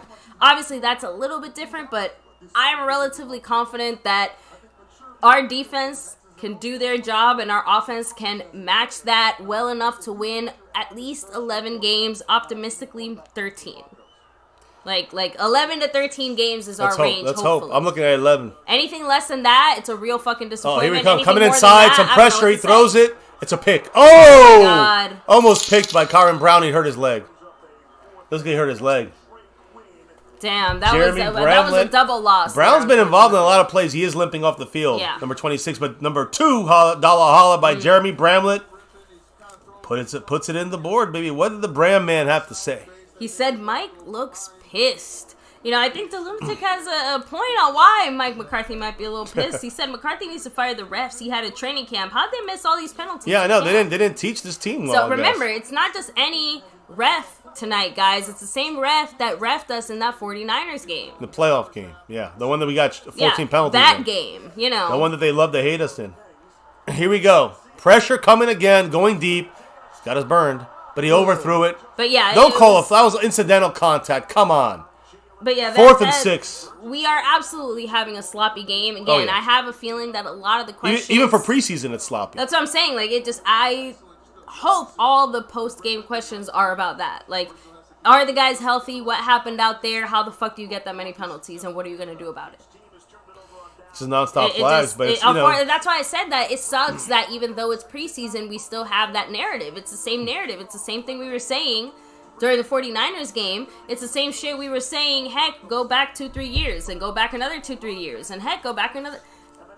Yeah, you know what I mean? Like, that's not what I want. Dump down at Vasher. There you go. Vasher, good play by Vasher, showing some... There we go. I want to see some Vasher, first thing he's actually done today. And I'm not saying we're going to win, obviously, but make it a game. Let's pretend we got to get 2 scores. We definitely have to score before the 2-minute warning. Yeah, we got to get 2 scores. I don't know how many timeouts they have. Here's a mojo moment then. We have a minute... Less than a minute, gotta score. It's constant. This is a end of game situation. DiNucci throws it away, I think. Yeah. I do have to. Yeah, big shout out here to the man, Mr. Jason Renfro. The cash. I think is okay. Huh? What? No, I thought his jersey ripped for a second. It was just the pad came out. The Cash App King, Jason Renfro, baby, dropping a 5 on it in the Cash App. Thank you, Jason. Much love. Much love and appreciation to Jason Renfro, who now still behind a bit. Trying to fight. There you go. Oh, there you go. He just said it there with the $5 holler. He's behind. 5 more in the Cash App. Go Cowboys. I got you, brother. I got you. And again, just thank you, Jason. Much just shouting him out there. Appreciate you, Mr. Cash App King. DiNucci goes back another flag. Oh. That was. No, Lee with the helmet on Pender, whatever. Pendershot. I see. I was saying Pendergrass, the singer. It's probably if it's on us, baby, we're getting closer. I really hope the deep. Please let it be on the defense. Who was it? They let the play go, though, so I think it's on us. That's on us. Yeah. Hendershot, yeah. So Hendershot never got set, guys. So, by the way, now, Jason Renfro is in second place on the overall board. Still in second place on the Cash App side. Behind Snug X, who right now drops to third place. By the way, that's on 18 penalties now, right? I think or 19. 18 or 18. I don't think we missed 18. one. I think it's at 18. Please don't get... DiNucci gets out of it. Oh, my God. Oh, my God. How does this man not get sacked more than he does? Might as well go for it for the fuck of it. Unless you want to kick a 70-yard field goal here by Maher. I agree. Wow, that was crazy great right there, you know? I mean, this is just really unfortunate, let's call it. Fixing it? But I think I just saw something. I got to fix it again. Because the man Snug X snuck in. There you go. Back into second place. Snug X with that 10. Much love, Snug X. By the time this is done, I don't know where they're going to be on Mr. Dwayne Broussard, but it's definitely getting to be closer up there. The Snug X said, you know me. Ooh, much love. Man, our guy Snug X. And again, thank you, Snug. Subscribe to his channel, right? He's got a channel up and going. Yeah, you're right. Get to his channel quick. And subscribe. A variety of things on the Snug X channel. Speaking of subbing it up, guys, sub it up to our sponsor of the week, guys. Dwayne Broussard has an excellent channel, rocking it out there if you're interested at all in the cars, vehicles, all that sort of stuff. Guys, go check it out. Show him Dwayne. some love. And now Jeremy Bramlett's down to 58 points. Ooh, so yeah, he's got the 5'8" right there. Not Robert Quinn. By the way, the Bramlett just said that the announcer cursed. Did he? Oh, yeah. Well, we've been cursing a lot, so yeah, I know we've been cursing a lot, so we'll always out-curse every announcer you ever hear on your TV screen. That for sure. Yeah. So again, I am a big fan of DiNucci and the way he's been playing tonight. Kendra Prescott, what's up? Much love. What's up? Let me see. And Snug Eggs back in Jared Bogarty saying place. they're going to pick on our corners. So Well, again, remember, guys, remember this very simple fact. When you have the front seven getting pressure on the quarterback every play, or almost every play, and you have the press defense in single high safety with Hooker or Wilson or even Curse, you don't even know, because that's the way Dan Quinn does it. When you have that defensive scheme and the aggressiveness, we don't have to have great corners.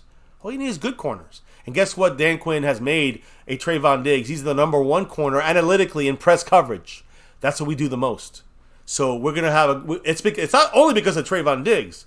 It's also because of that. It's mainly, a lot of it is because of the front seven. And Diggs' style and physicality and his aggressiveness, his ball hawkingness. That's why it fits. If you had Byron Jones here, he wouldn't be that good. He might lock down something. He might not get as many passes against him. Very different. But it'd be a whole different field. Trayvon Diggs, you're scared to throw to him. In this Dan Quinn defense with our front seven, Micah all over, you don't know where he's coming from, at linebacker, edge, whatever. Now you have DeMarcus Lawrence also either at edge. He's playing inside more, and we're very effective with him inside. And Osa, Gallimore, and you got Sam Williams coming up. You got Fowler, got a sack, you got a hit on the quarterback. You got Armstrong, who's a solid, run stopper. Let's say my point is with these mixture of guys outside and inside, we're going to be wrecking havoc. And then you got Anthony Barr once in a while. He sneaks in there in a blitz. You got a safety. You got a Curse blitzing sometimes. Yep. He's done it. Plays run support. And, of course, Micah Parsons, whoever he's playing. It just changes the whole game. Those are the reasons why Trayvon Diggs, Anthony Brown, Jordan Lewis are going to be fine. Those are the reasons why J-Ron Curse, Malik Hooker, and Donovan Wilson are going to be fine. The problem is you get hurt at safety. Is Marquise Bell enough? At corner, DeRon Bland, I feel okay with him as our, and even Kelvin Joseph to some extent. I'm okay with them as our fourth and fifth guys. I mean, you're not going to have starters back there. That's pretty good. Yeah. Nashawn Wright's got to get better. But that's I'm not afraid at all of our corners. Let's go what happens. 2-minute warning, 17-7. Cowboys got Danucci in there, rolling out on fourth down, and can't avoid the sack this time. Gets a sack, takes a sack. Nothing he can do. So Z. That's game. Said, as a Packer fan, I wish you guys the best. Most Cowboy fans I know talk a lot of smack and wouldn't handle success in a professional way. I subscribed. I'm not a hater, but do you agree at all? I mean, part of the unfortunate reality of being a Dallas Cowboy fan is just the numbers. Yep. Right? Like, yep. we are plentiful. There's a lot of fans. We are literally, and it's not a hit against the Packers own their team. That's the crazy thing. The people that live there, the only team that does that. But so you got to respect that. But yeah, the hate of teams are real. But I respect what he just said, and we appreciate it because we do know in the Cowboy fan base, we're not just Texas's team, the state's team. We're not just America's team. I know everybody hates that. Yeah, we're truly the Earth's team, the universe's team. Like. You go anywhere in the world, they might not even look at football, but they know the Dallas Cowboys. Yeah, and that just means, statistically speaking, we are going to have a lot more dumb fans. All the good and also, all the bad. The silly Cowboy fans, is more of them because there's so many more Cowboy fans. So on this channel, we try to keep it here, as real as possible. And I know all the guys in the family here subscribe in the chat. But, at the end of the day, we are still Cowboy fans, so we will always have our fan moments. What's a fan? What's a fan? What's the definition? We don't give a fuck about reality. We don't give a fuck about rationality. What's the full name of a fan? What's a fan? A fanatic. A fanatic. We're fanatical about our Dallas Cowboys, and you're fanatical about your Packers. Yep. So we understand each other. I think a fan is a fan is a fan as they take their victory snap here, the victory play. And that's victory formation, as they say. I guess so. Real quick, I know we talked a lot about the. Oh, by the way, it was the under. In case anyone was keeping up with all those penalties. There's a couple at the end. I guess there's still a minute left. You could get another one. 3rd and 7. We call on timeout? Oh, I'm about to say. No. Please just let it end, Cowboys. Don't be fucking let this cute end. Here.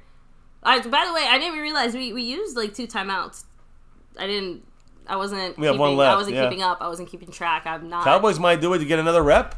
Oh, that would be so stupid. No, I mean, it's preseason. We do have the best cheerleaders. 100 well, that we can never lose. Like yeah. That, if I was, listen, I'm gonna be honest. I'm petty. If I was the Cowboys, I'd call a timeout after this play.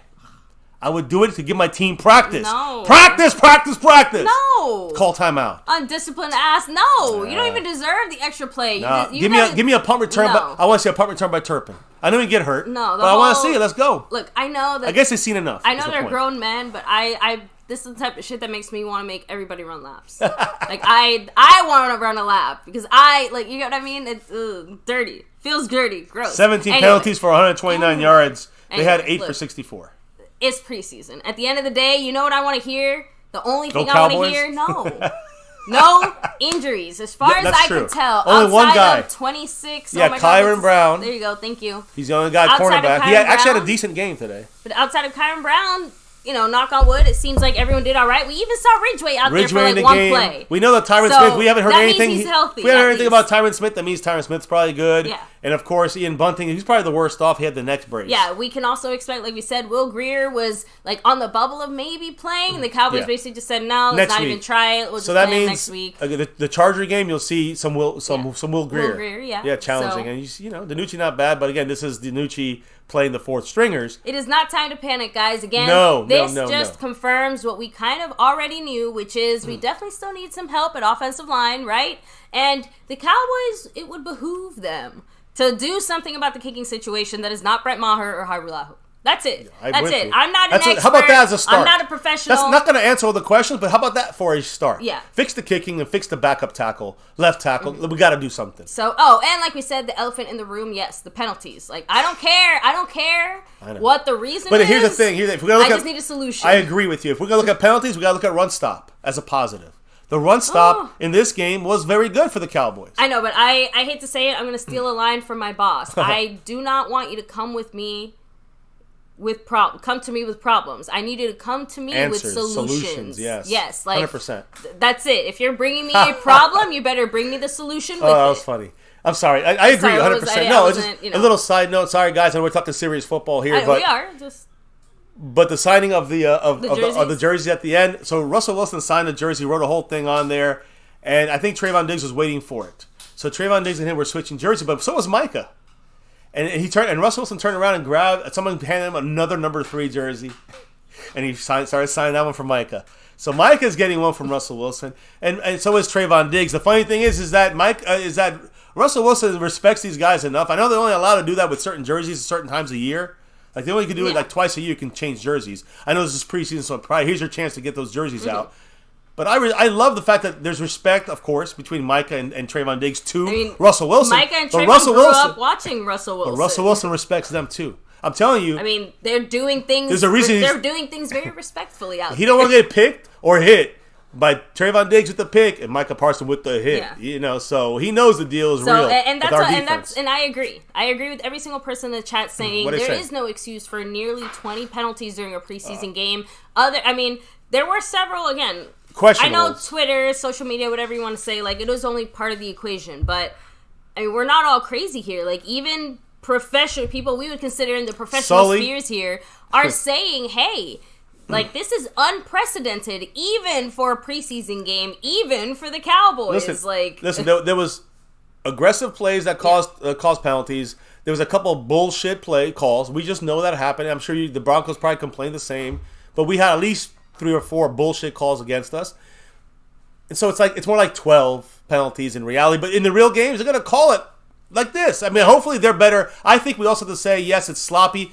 It's very sloppy. It's on the coaching, and it's never acceptable for this. This is unacceptable. But the reality is the referees are also in preseason mode. We can't let that affect our mind. We got to overcome Jerry Jones and Steve Jones, the front office. We got to also overcome the referees every goddamn game. It's just part of the game plan. We got to overcome the refs. Yeah. You got to be better and not even looking like we're getting called for penalties. All I can hope for is that we don't have a game that sloppy ever again. That's at least in the preseason and then regular season. You got to remember the fact that it is preseason for us and for them. Yes, it's more of a reason why it's. Look, there's the signatures. You see him? Yeah. Micah's signing like 8 jerseys for people. There's like 8 guys standing around and waiting for jerseys.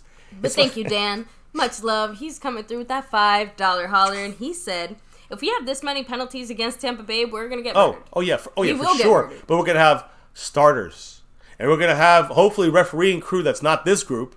And also not a group that's going to be overly handsy on the flags. Now, we also got to be real. If Tyler Smith keeps doing this on guys, and it looks like it's a penalty, maybe, he's going to get called for it.